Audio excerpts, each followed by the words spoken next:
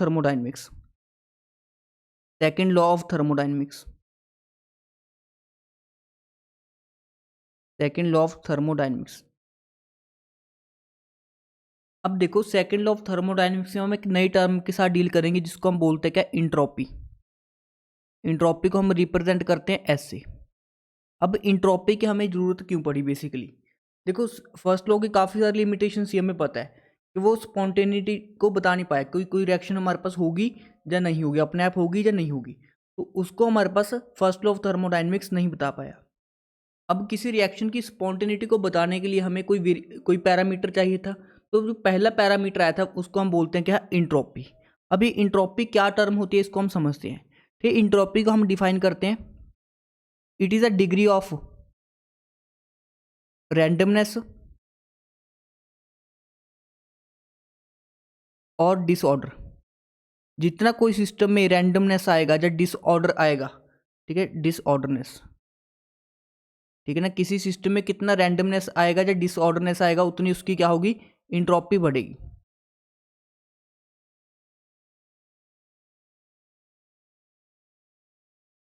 It is a degree of randomness और disorder. अगर हम बात करें, तीन स्टेट्स होती है हमारे पास, सॉलिड, लिक्विड एंड गैसेस। ठीक है, इनमें से सबसे ज़्यादा इंट्रोपी किसकी होगी, क्या आप मुझे बता सकते हो? ये बिल्कुल सही आंसर, गैसेस की इंट्रोपी क्या होगी, सबसे ज़्यादा होगी, क्योंकि गैस के मॉलिक्यूल्स क्या होते हैं, इधर उधर घूमते रहते हैं, मतलब वो क्या करते हैं, रैंडमनेस क्रिएट करते हैं। जबकि सॉलिड के जो मॉलिक्यूल्स हैं वो क्लोजली अरेंज होते हैं, तो वो किसी तरह की कोई रैंडमनेस नहीं क्रिएट करते।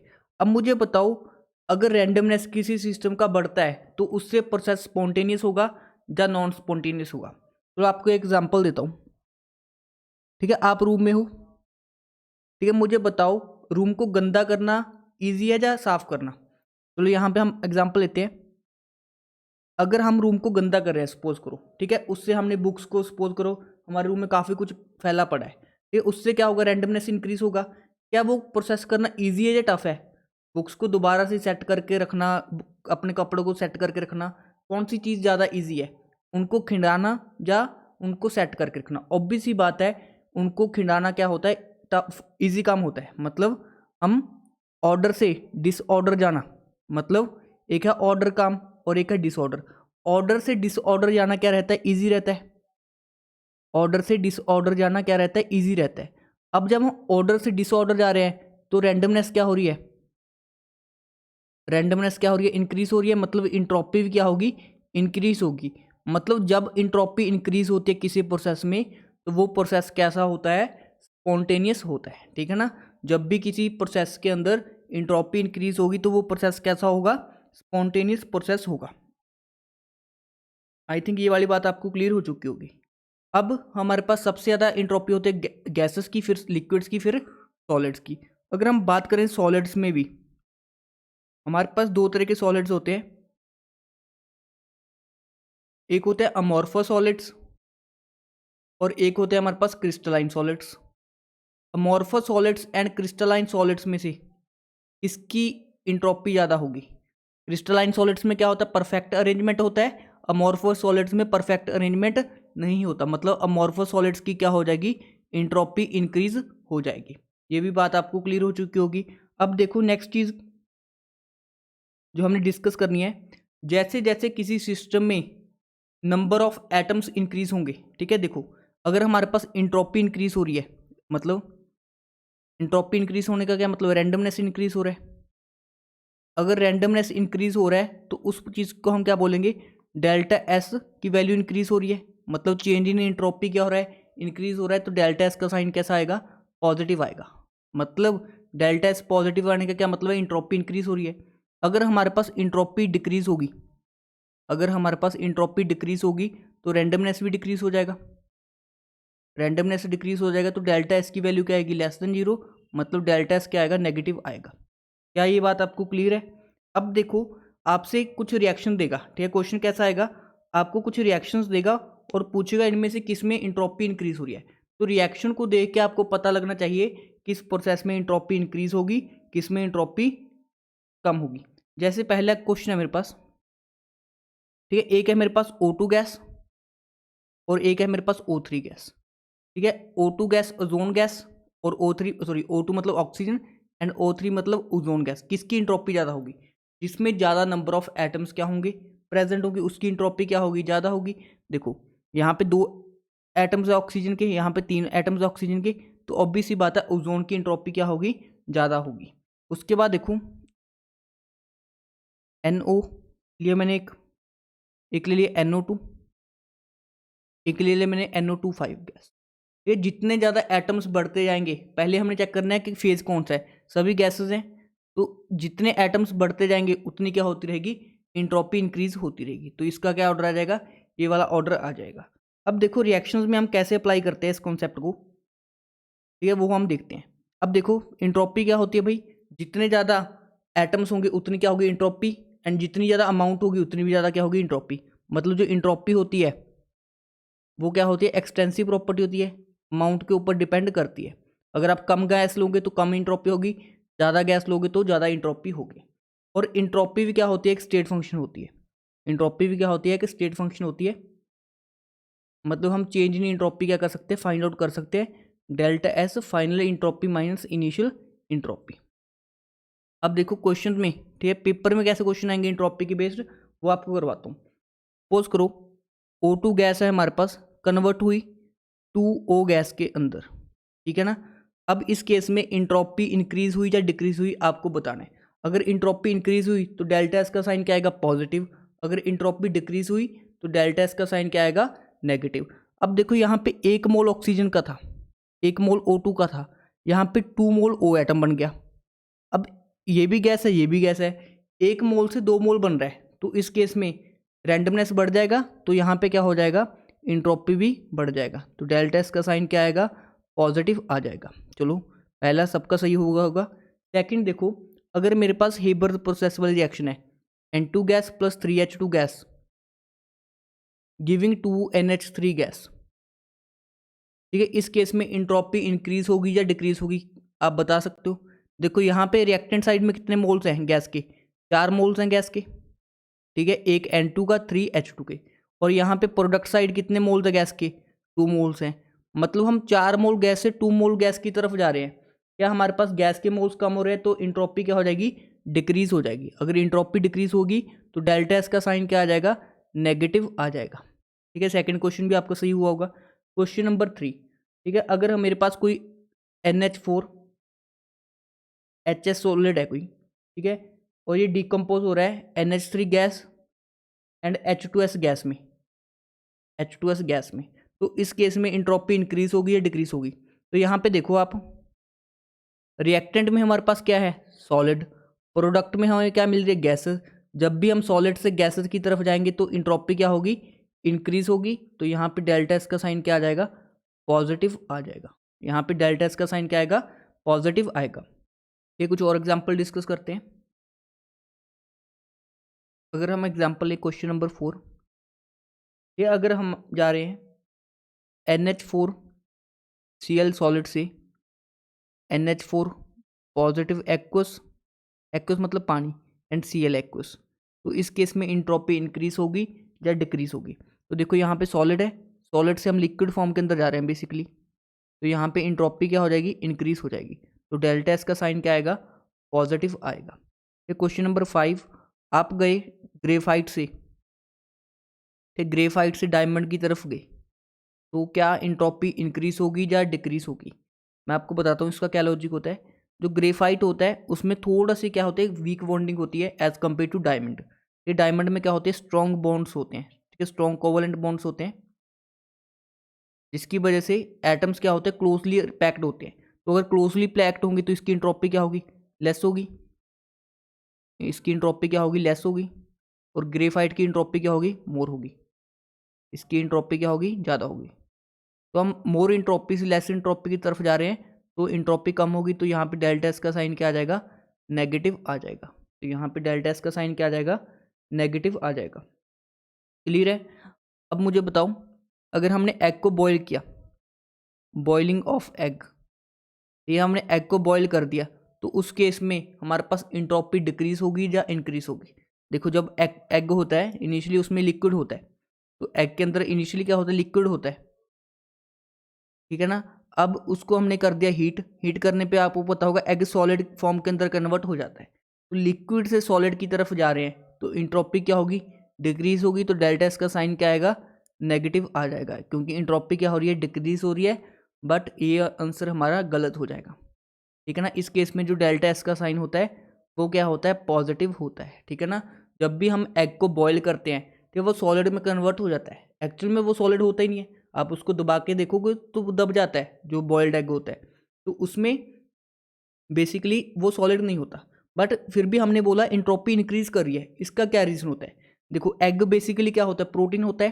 तो प्रोटीन के जब हम स्ट्रक्चर पढ़ेंगे, ठीक है, प्रोटीन के 4 स्ट्रक्चर होते हैं, primary structure, secondary structure, tertiary structure and quaternary structure. वो हम बायोमोलिक्यूल्स के अंदर पढ़ेंगे। तो वहाँ पे जो प्रोटीन की चेन्स होती हैं वो आपस में हाइड्रोजन बॉन्ड के थ्रू जॉइंट होती हैं। और जब हम इसको हीट करते हैं, जब हम हीट करते हैं इसको, तो ये हाइड्रोजन बॉन्ड्स क्या हो जाते हैं, ब्रेक हो जाते हैं। अब हाइड्रोजन बॉन्ड ब्रेक हो जाएंगे तो उसमें क्या होती है, रैंडमनेस क्या हो जाती है, बढ़ जाती है। तो यहाँ पे क्या होती है, रैंडमनेस इंक्रीज हो जाती है, उल्टा रैंडमनेस क्या हो जाती है, इंक्रीज हो जाती है। बिकॉज हमने हाइड्रोजन बॉन्ड्स को क्या कर दिया, ब्रेक कर दिया। तो उसकी वजह से हमारे पास रैंडमनेस इंक्रीज हो जाती है। तो ये काफ़ी इंपॉर्टेंट एग्जाम्पल है। ये जो बॉइलिंग ऑफ एग होता है, हमें लगेगा कि इंट्रोपी डिक्रीज होती है, बट एक्चुअल में यहाँ पे इंट्रोपी क्या होती है, इंक्रीज होती है। और इसी प्रोसेस को, जिसमें हम प्रोटीन चेन्स को क्या करते हैं, उनके हाइड्रोजन बॉन्ड्स को ब्रेक करते हैं ऑन हीटिंग, इसी प्रोसेस को हम बोलते हैं डीनेचुरेशन ऑफ प्रोटीन। इसको हम क्या बोलते हैं, डीनेचुरेशन ऑफ प्रोटीन। ये प्रोटीन के काफ़ी सारे स्ट्रक्चर होते हैं, primary, secondary, tertiary and quaternary structure. वो हम पढ़ेंगे जब हम पढ़ेंगे नेचुरल प्रोडक्ट्स वाला चैप्टर। आई थिंक ये वाली क्लियर भी हो गया आपको एग्जाम्पल। ये क्वेश्चन नंबर 7, अगर हमारे पास एक है अनस्ट्रेच्ड रबड़, अनस्ट्रेच्ड रबड़, और दूसरी तरफ है मेरे पास स्ट्रेच्ड रबड़, इसमें हमारे पास, इस प्रोसेस में हमारे पास एंट्रोपी इंक्रीज होगी या डिक्रीज होगी, मुझे बताओ आप। तो देखो यहाँ पे अनस्ट्रेच्ड रबड़ में क्या होता है, मतलब हमने उसको स्ट्रेच करके नहीं रखा हुआ, तो वो ऐसी ऐसी अनकोल्ड फॉर्म में रहती है, ऐसे कोल्ड फॉर्म में रहती है। इसको हम बोलते हैं अनस्ट्रेच्ड रबड़। तो यहाँ पे देखो काफ़ी सारी रैंडमनेस है, क्योंकि स्ट्रक्चर क्या बन रहा है, कॉम्प्लेक्स। तो यहाँ पे होती है मोर एंट्रोपी।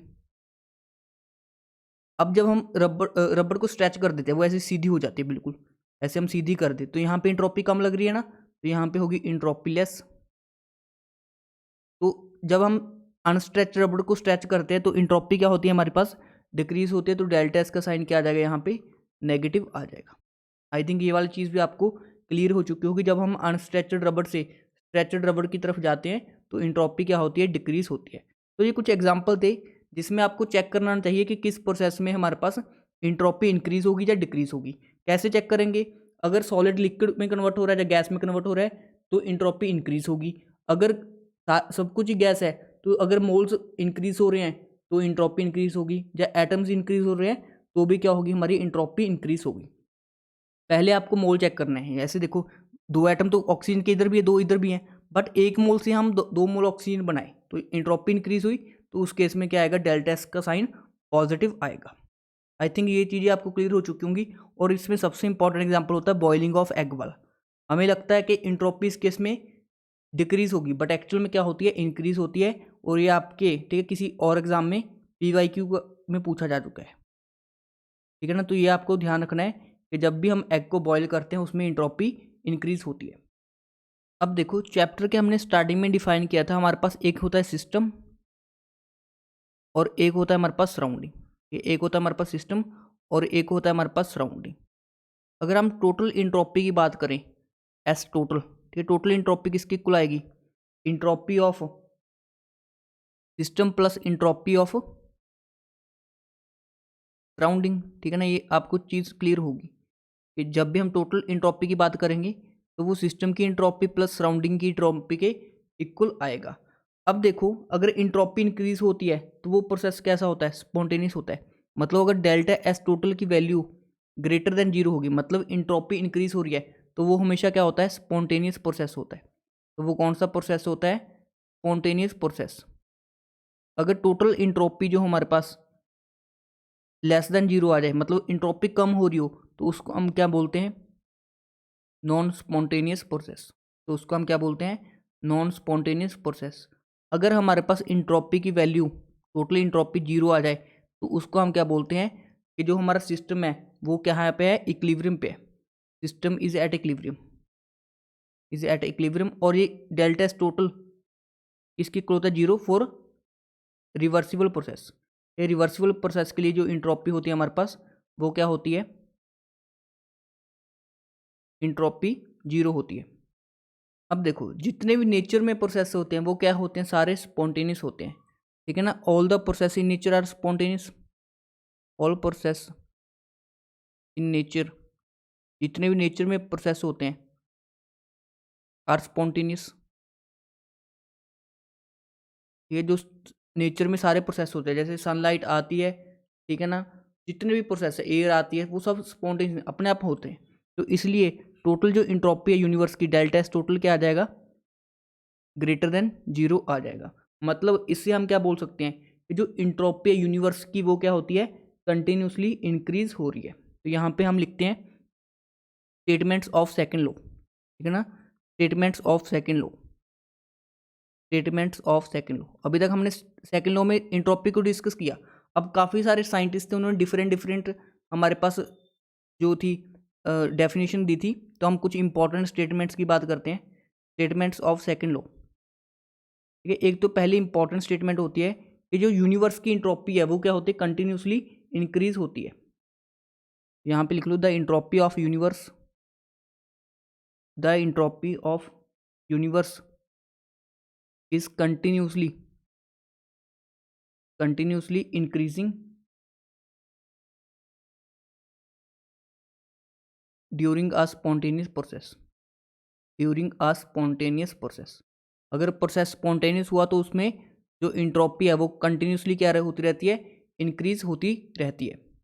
तो ये था हमारे पास पहला स्टेटमेंट। ठीक है, एक और स्टेटमेंट दिया गया था फर्स्ट लॉ के, सेकेंड लॉ के according, 100% conversion of, 100% conversion of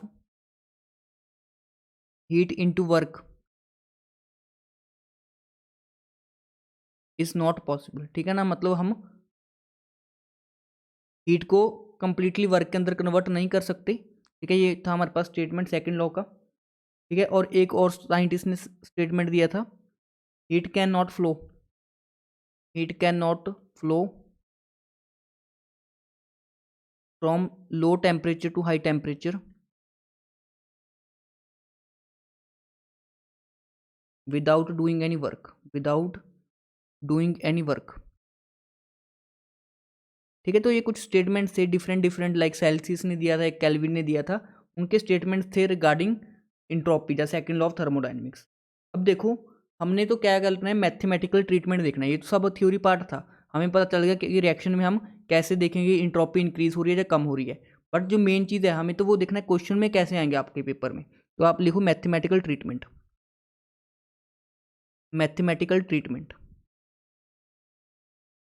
ये मैथमेटिकल ट्रीटमेंट में क्या करना है आपको, देखो जो इंथैल्पी का हमारे पास एक्सप्रेशन होता है डेल्टा एस, वो किसके इक्वल होता है, integration of heat given reversible over T. देखो अगर हम किसी सिस्टम को हीट देंगे तो उससे इंट्रोपी बढ़ेगी, बिकॉज जैसे ही मॉलिक्यूल्स को हीट मिलेगी वो मूव करेंगे और उससे क्या होगी, इंट्रोपी इंक्रीज हो जाएगी। ये हमारे पास मैथमेटिकल एक्सप्रेशन होता है, ये हमें याद करना पड़ेगा। ये इंट्रोपी का क्या फॉर्मूला होता है, D Q reversible by T. क्या ये आपको क्लियर है। अब इसी से हमने क्या करना है, ड्राइव करना है फॉर्मूला अपना। तो यहाँ पे देखो अगर टेम्परेचर कांस्टेंट है तो इंटीग्रेशन साइन से बाहर आ जाएगा, तो डेल्टा एस किसके इक्वल आ जाएगा, D Q reversible over T, ये at constant temperature, at constant temperature. तो अब देखो अगर हम डी क्यू रिवर्सिबल का इंटीग्रेशन करेंगे तो क्या आ जाएगा, क्यू रिवर्सिबल बाय टी। तो ये होता है हमारे पास फॉर्मूला ऑफ इंट्रोपी। बट ये वाला फॉर्मूला हम एज इट इज़ नहीं यूज़ कर पाएंगे, इसको हमें थोड़ा सा मॉडिफाई करना पड़ेगा। और वही से आपका क्वेश्चन आया हुआ प्रीवियस ईयर के अंदर भी। ठीक है, तो थोड़ी सी आपको डेरिवेशन करनी पड़ेगी, मैं सिखाता हूँ आपको कैसे होती है हमारे पास डेरिवेशन। अब देखो कैलकुलेशन ऑफ डेल्टा एस। ठीक है, अब डेल्टा एस का फॉर्मूला क्या है बेसिकली हमारे पास, D Q reversible divide by T. मतलब हमने ऊपर Q reversible divide by T करना है, अब मुझे बताओ फर्स्ट लॉ ऑफ थर्मोडाइनमिक्स से क्या होता है, ठीक है, इंट्रोपी किसकी इक्वल होती है, D Q plus D W लिख लूँ, ऐसे कोई इशू तो नहीं है, ठीक है। जो इंटरनल एनर्जी है वो क्यू प्लस डब्ल्यू की इक्वल होती है, तो डी यू को क्या लिख सकता हूँ मैं, D Q minus P D V, क्योंकि वर्क किसके इक्वल होता है, minus P external into D V, minus P D V लिख लिया मैंने यहाँ से। अब देखो डी क्यू किसके इक्वल आ जाएगा, D U plus P D V, simple सी कैलकुलेशन है। और डी यू को हम क्या लिख सकते हैं, N C V D T plus P D V. क्या ये सिंपल सी आपको जो ट्रीटमेंट है वो क्लियर हुआ। अब देखो अगर हम यहाँ पे पुट करें वैल्यू, डेल्टा एस किसके इक्वल आ जाएगा, ठीक है ना, हमने डी क्यू की वैल्यू निकाली N C B D T, N C B D T plus P D V, दोनों के डिवाइड बाई टी कर देते हैं, ये डिवाइड बाई बी टी कर देते हैं बिकॉज यहाँ पे डिवाइड बाई टी है। अब देखो इसको हम कैसे लिखेंगे, delta S is equal to N C B D T by T, integration कर देंगे इसकी T1 से T2 तक, plus P D V by T. अब P को क्या लिख सकता हूँ मैं, N R T by V लिख सकता हूँ, तो इसको मैं N R T by V लिख देता हूँ। सिंपली डेल्टा एस किसके इक्वल आ जाएगा, T1 से T2 N C B D T by T, plus P को मैं लिख सकता हूँ N R T by V divide by T into D V, तो T से T कट जाएगा, तो एक्सप्रेशन देखो क्या आएगा, del S is equal to integration T1 से T2 तक N C B D T by T plus N R D V by V, ठीक है ना। इसको हम इंटीग्रेट कर देंगे V1 से V2 तक। अब इसकी इंटीग्रेशन तो आपको आती होगी, बिल्कुल सिंपल है, ठीक है ना। 1/t की इंटीग्रेशन क्या होती है, एल एन टी, और इसकी क्या आ जाएगी एल एन वी। एक बार हम अपर लिमिट पुट कर देंगे L N T two minus T one, और एक और यहाँ पे हो जाएगा L N V two minus V one, ठीक है। फिर वो क्या आ जाएंगे, अपॉन की फॉर्म में आ जाएंगे। तो यहाँ से हमारे पास एक्सप्रेशन क्या आ जाएगा, डेल्टा एस का, ठीक है ना, N C B L N T, ठीक है, एक और T1 से T2 plus N R L N V, ठीक है, V1 से V2। तो अगर हम पुट करें डेल्टा एस किसकी इक्वल आ जाएगा, N C B L N T two minus L N T one plus N R L N V two minus L N V one. तो यहाँ से क्या आ जाएगा, delta S is equal to N C B L N T two by T one plus N R L N V two by V one. क्या ये आपको expression हमेशा के लिए याद रहेगा, बिल्कुल ठीक है। ये होता है हमारे पास इंपॉर्टेंट फार्मूला, इस पर मार्क कर लो स्टार करके, इंपॉर्टेंट फार्मूला, ठीक है। इसके बेस्ड आपके क्वेश्चन आया हुआ है, ठीक है। डेरिवेशन तो सिर्फ हमारे लिए होती है कि हमको करवानी पड़ती है, बट आपको तो ये डायरेक्टली फार्मूला पता होना चाहिए इंट्रोपी चेंज का, N C B L N T two by T one plus N R L N V two by V one, ठीक है। बहुत इंपॉर्टेंट फार्मूला है। डेरिवेशन सिर्फ आपके रेफरेंस के लिए होती है, बाकी डेरिवेशन की इतनी जरूरत नहीं होती, बट आप प्रैक्टिस के साथ ये वाले फार्मूलाज को याद कर सकते हो, ठीक है। ये वाला तो बहुत ही ज़्यादा इंपॉर्टेंट फार्मूला है, इसके ऊपर मैं 10 स्टार मार्क कर देता हूँ, ठीक है ना, बिकॉज इससे रिपीटेडली क्वेश्चन पूछे जाते हैं। अब देखो इसी में थोड़ी सी मॉडिफाई करता हूँ। अगर हमारे पास प्रोसेस हुआ आइसोथर्मल, तो आइसोथर्मल में टेम्परेचर कांस्टेंट हो जाएगा, मतलब T1 किसके इक्वल आ जाएगा, T2 के इक्वल आ जाएगा। तो अगर ये वाली टर्म क्या हो जाएगी, इक्वल हो जाएगी, तो ln 1 बन जाएगा, तो वो क्या होता है 0, मतलब ये वाली टर्म क्या बन जाएगी 0। तो डेल्टा एस का क्या एक्सप्रेशन आ जाएगा, N R L N V two by B one. क्या ये बात आपको क्लियर हुई। अगर आइसोथर्मल हुआ हमारे पास फॉर्मूला कैसे चेंज हो जाएगा, N R L N V two by B one. अगर हमारे पास प्रोसेस हुआ, सपोज करो हमारे पास प्रोसेस होता है आइसोकोरिक, ठीक है। आइसोकोरिक में क्या हो जाएगा, वॉल्यूम कांस्टेंट हो जाएगा V1 is equal to V2, तो ये वाली टर्म क्या हो जाएगी 0 हो जाएगी। तो डेल्टा एस किसके इक्वल आ जाएगा, N C B L N T two by T one. Clear है आपको ये वाला फॉर्मूला। अब अगर प्रोसेस हुआ आइसोबारिक, अगर हमारे पास प्रोसेस हुआ आइसोबारिक, तो आइसोबारिक के केस में कौन सा लॉ लगता है हमारे पास, जब प्रेशर कांस्टेंट होता है तो चार्ल्स लॉ लगता है। चार्ल्स लॉ के अकॉर्डिंग क्या होता है, V is directly proportional to T, V1/T1 is equal to V2/T2, या हम कैसे लिख सकते हैं कि V1/V2 is equal to T1/T2, क्या हम ऐसे लिख सकते हैं, बिल्कुल लिख सकते हैं। तो मैं क्या करता हूँ यहाँ पे V2/V1 को T2/T1 लिख देता हूँ, तो एक्सप्रेशन क्या बन जाएगा, delta S is equal to N C B L N T two by T one plus N R L N V2/V1 को क्या लिख सकता हूँ, T2/T1। क्लियर है आपको। अब देखो delta S is equal to N common आ रहा है, एल एन T2/T1 कॉमन आ रहा है, ln T2/T1 कॉमन आ गया हमारे पास, अंदर क्या बच गया Cv प्लस आर। क्या ये चीज़ आपको क्लियर हुई? अब देखो Cv प्लस आर क्या होता है, Cp प्लस आर, ठीक है। Cp माइनस Cv किसके इक्वल होता है, आर के इक्वल होता है, तो Cp किसके इक्वल हो जाएगा, Cv प्लस आर। तो यहाँ से Cv प्लस आर किसके इक्वल हो जाएगा, Cp के इक्वल हो जाएगा। तो डेल्टा एस किसके इक्वल हो जाएगा, n ln T2/T1 into Cp। जब थोड़ा सा हम सिस्टमेटिक वे में लिखें NCp ln T2/T1। क्या ये चीज़ क्लियर हो गया आपको कि इंट्रोपी का फॉर्मूला क्या आ जाएगा, NCp ln T2/T1।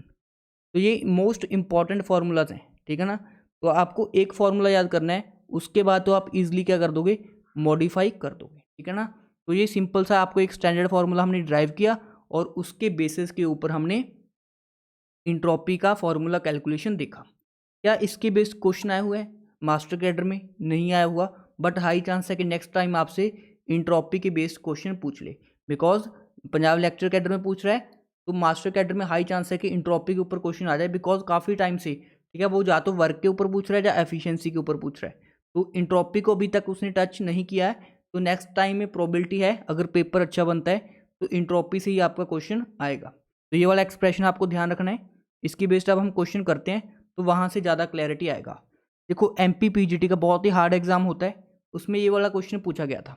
क्वेश्चन क्या है आपके सामने है, ठीक है ना। क्वेश्चन में दिया है 2 moles of idol gas, number of moles दिए 2, ठीक है।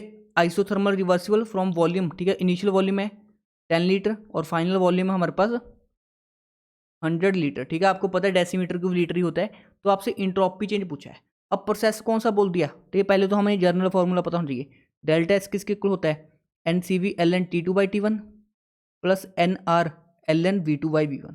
ये क्या आपको याद हो गया? जैसे मुझे याद है आपको भी ये वाला फॉर्मूला एज इट इज़ याद होना चाहिए, बिकॉज हमारे फिजिक्स के अंदर भी काम आएगा। तो अगर आइसोथर्मल प्रोसेस है तो ये वाली टर्म तो क्या हो जाएगी, जीरो।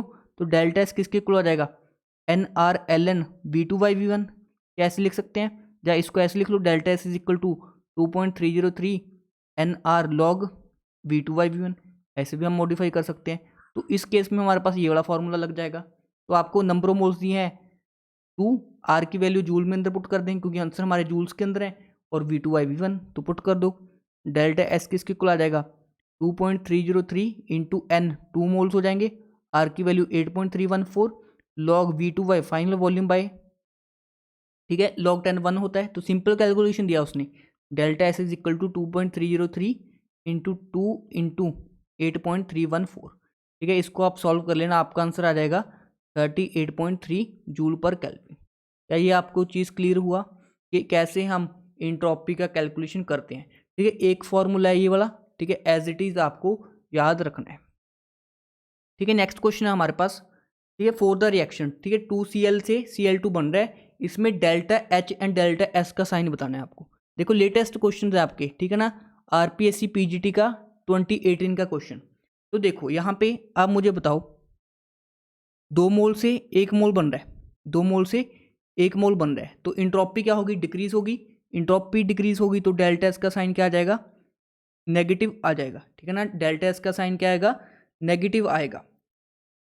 अब मुझे बताओ यहाँ पे Cl से, देखो 2 Cl से अलग अलग उन्होंने मिलकर बॉन्ड बनाया, उससे क्या बना Cl2, तो बॉन्ड बन रहा है, क्या आपको क्लियर है, Cl से Cl2 बॉन्ड बन रहा है।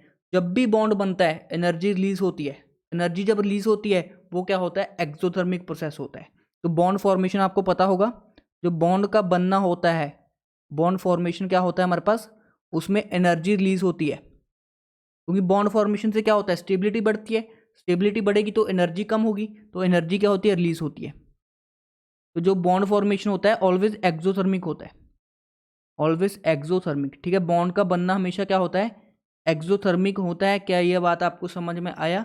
तो इस केस में डेल्टा एच भी क्या आ जाएगा, नेगेटिव आ जाएगा। इंथैल्पी चेंज भी क्या आ जाएगा, नेगेटिव आ जाएगा, और इंट्रोपी क्या आ जाएगा, नेगेटिव आ जाएगा। तो बोथ नेगेटिव, ऑप्शन ए क्या था इस क्वेश्चन का करेक्ट आंसर था, ठीक है। नेक्स्ट क्वेश्चन है आपके लिए, ठीक है, RPSC PGT 2018, ठीक है, which of the following entropy changes for 1 mole of isochoric process, isochoric process, ठीक है। यहाँ पे वॉल्यूम हमारे पास क्या होता है, कांस्टेंट होता है।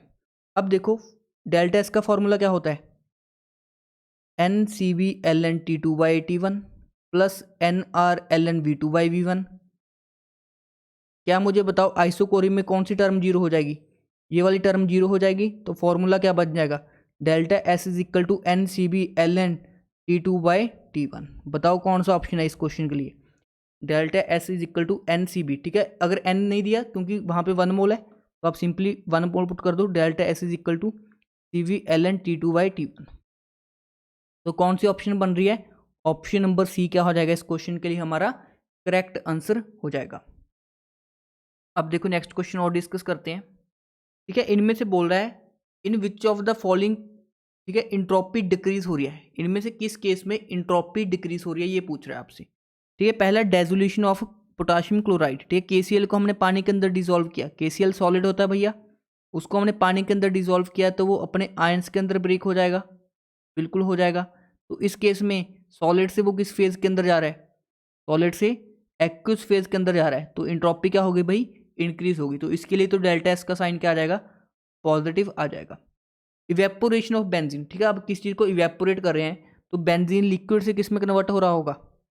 बेंजीन लिक्विड से किस में कन्वर्ट हो रहा होगा? बेंजीन वेपर्स के अंदर कन्वर्ट हो रहा होगा।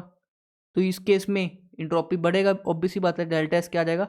पॉजिटिव साइन आ जाएगा।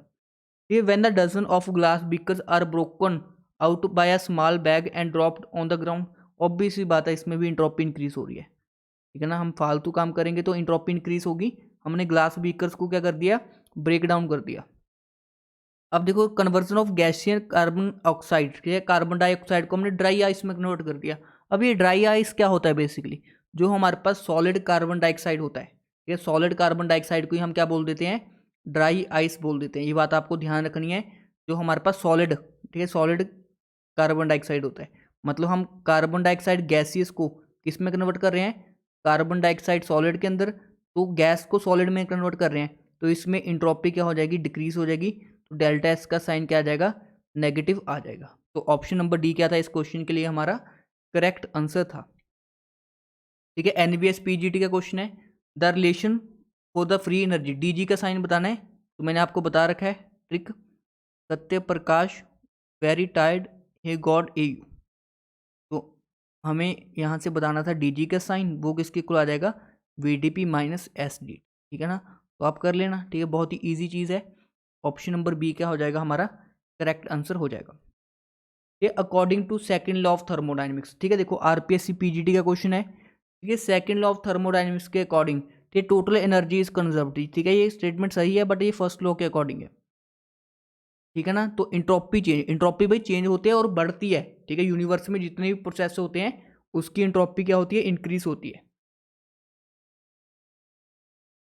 तो इसमें ऑप्शन नंबर सी क्या आ जाएगा हमारा करेक्ट आंसर आ जाएगा, according to the second law of thermodynamics, ठीक है। देखो RPSC PGT 2013 का क्वेश्चन है, boiled egg is so there is increase in disorder, ठीक है। इंट्रोपी बढ़ती है या कम होती है? बढ़ती है। इस केस में इंट्रोपी इंक्रीज होती है, डेल्टा एस क्या होता है? पॉजिटिव होता है। अगर इंट्रोपी इंक्रीज होगी तो डिसऑर्डर भी क्या हो जाएगा? इंक्रीज हो जाएगा। तो ऑप्शन नंबर ए क्या हो जाएगा इस क्वेश्चन के लिए करेक्ट आंसर हो जाएगा। अब देखो प्रिडिक्ट द इंट्रोपी चेंज, ठीक है। यहाँ पे हाइड्रोजन और हाइड्रोजन के बीच में बॉन्ड था, हमने 1 मोल से 2 मोल बना दिए। तो मुझे बताओ भैया रैंडमनेस बढ़ रहा है? बढ़ रहा है, तो यहाँ पे डेल्टा एस का साइन क्या आ जाएगा? पॉजिटिव आ जाएगा। तो इंक्रीजेस क्या आ जाएगा हमारा करेक्ट आंसर आ जाएगा, ठीक है। अब ये क्वेश्चन देखो, हाँ, इसके लिए हमें एक टॉपिक पढ़ना पड़ेगा, उस टॉपिक को पढ़ने के बाद ही हम क्या करेंगे? इस क्वेश्चन को सॉल्व करेंगे। तो देखो हम टॉपिक डिस्कस करेंगे entropy change for phase transformation, entropy change for phase transformation. ये फेज ट्रांसफॉर्मेशन के लिए हमने इंट्रोपी चेंज को देखना है। तो मुझे बताओ फेज ट्रांसफॉर्मेशन का क्या मतलब होता है? जैसे हम सॉलिड को लिक्विड में कन्वर्ट कर दें, या लिक्विड को गैस के अंदर कन्वर्ट कर दें, या सॉलिड को डायरेक्टली गैस के अंदर कन्वर्ट कर दें, या एक एलोट्रॉपिक फॉर्म से दूसरे एलोट्रॉपिक फॉर्म में जाएं, तब क्या होता है हमारे पास? फेज का ट्रांसफॉर्मेशन होता है। तो जितने भी फेज ट्रांसफॉर्मेशन होते हैं, all the phase transformation, all the phase transformation are carried out are carried out at constant pressure, at constant pressure। ये constant pressure के ऊपर क्या होते हैं हमारे पास? ठीक है ना, सारे फेज ट्रांसफॉर्मेशन होते हैं, ठीक है, कांस्टेंट प्रेशर एंड टेम्परेचर, ठीक है ना। इसका क्या मीनिंग है मैं समझाता हूँ आपको। अब देखो, जो हम कांस्टेंट प्रेशर के ऊपर हीट एक्सचेंज करते हैं, क्यू एट कांस्टेंट प्रेशर, वो किसके इक्वल होता है, इंथैल्पी चेंज के इक्वल होता है। और इंट्रोपी का हमारे पास फॉर्मूला क्या होता है, Q reversible divide by T. तो क्यू रिवर्सिबल को मैं क्या डेल्टा एच लिख सकता हूँ, डेल्टा एच बाई टी। तो डेल्टा एस का हमारे पास नया फॉर्मूला बन गया, delta S is equal to delta H by T. अब ये डेल्टा एच कौन सा होगा एंड टी कौन सा होगा वो हम देखते हैं। ये पहले हम केस डिस्कस करते हैं, इंट्रोपी ऑफ फ्यूजन, ठीक है ना। पहले हम डिस्कस करते हैं entropy of fusion, entropy of fusion.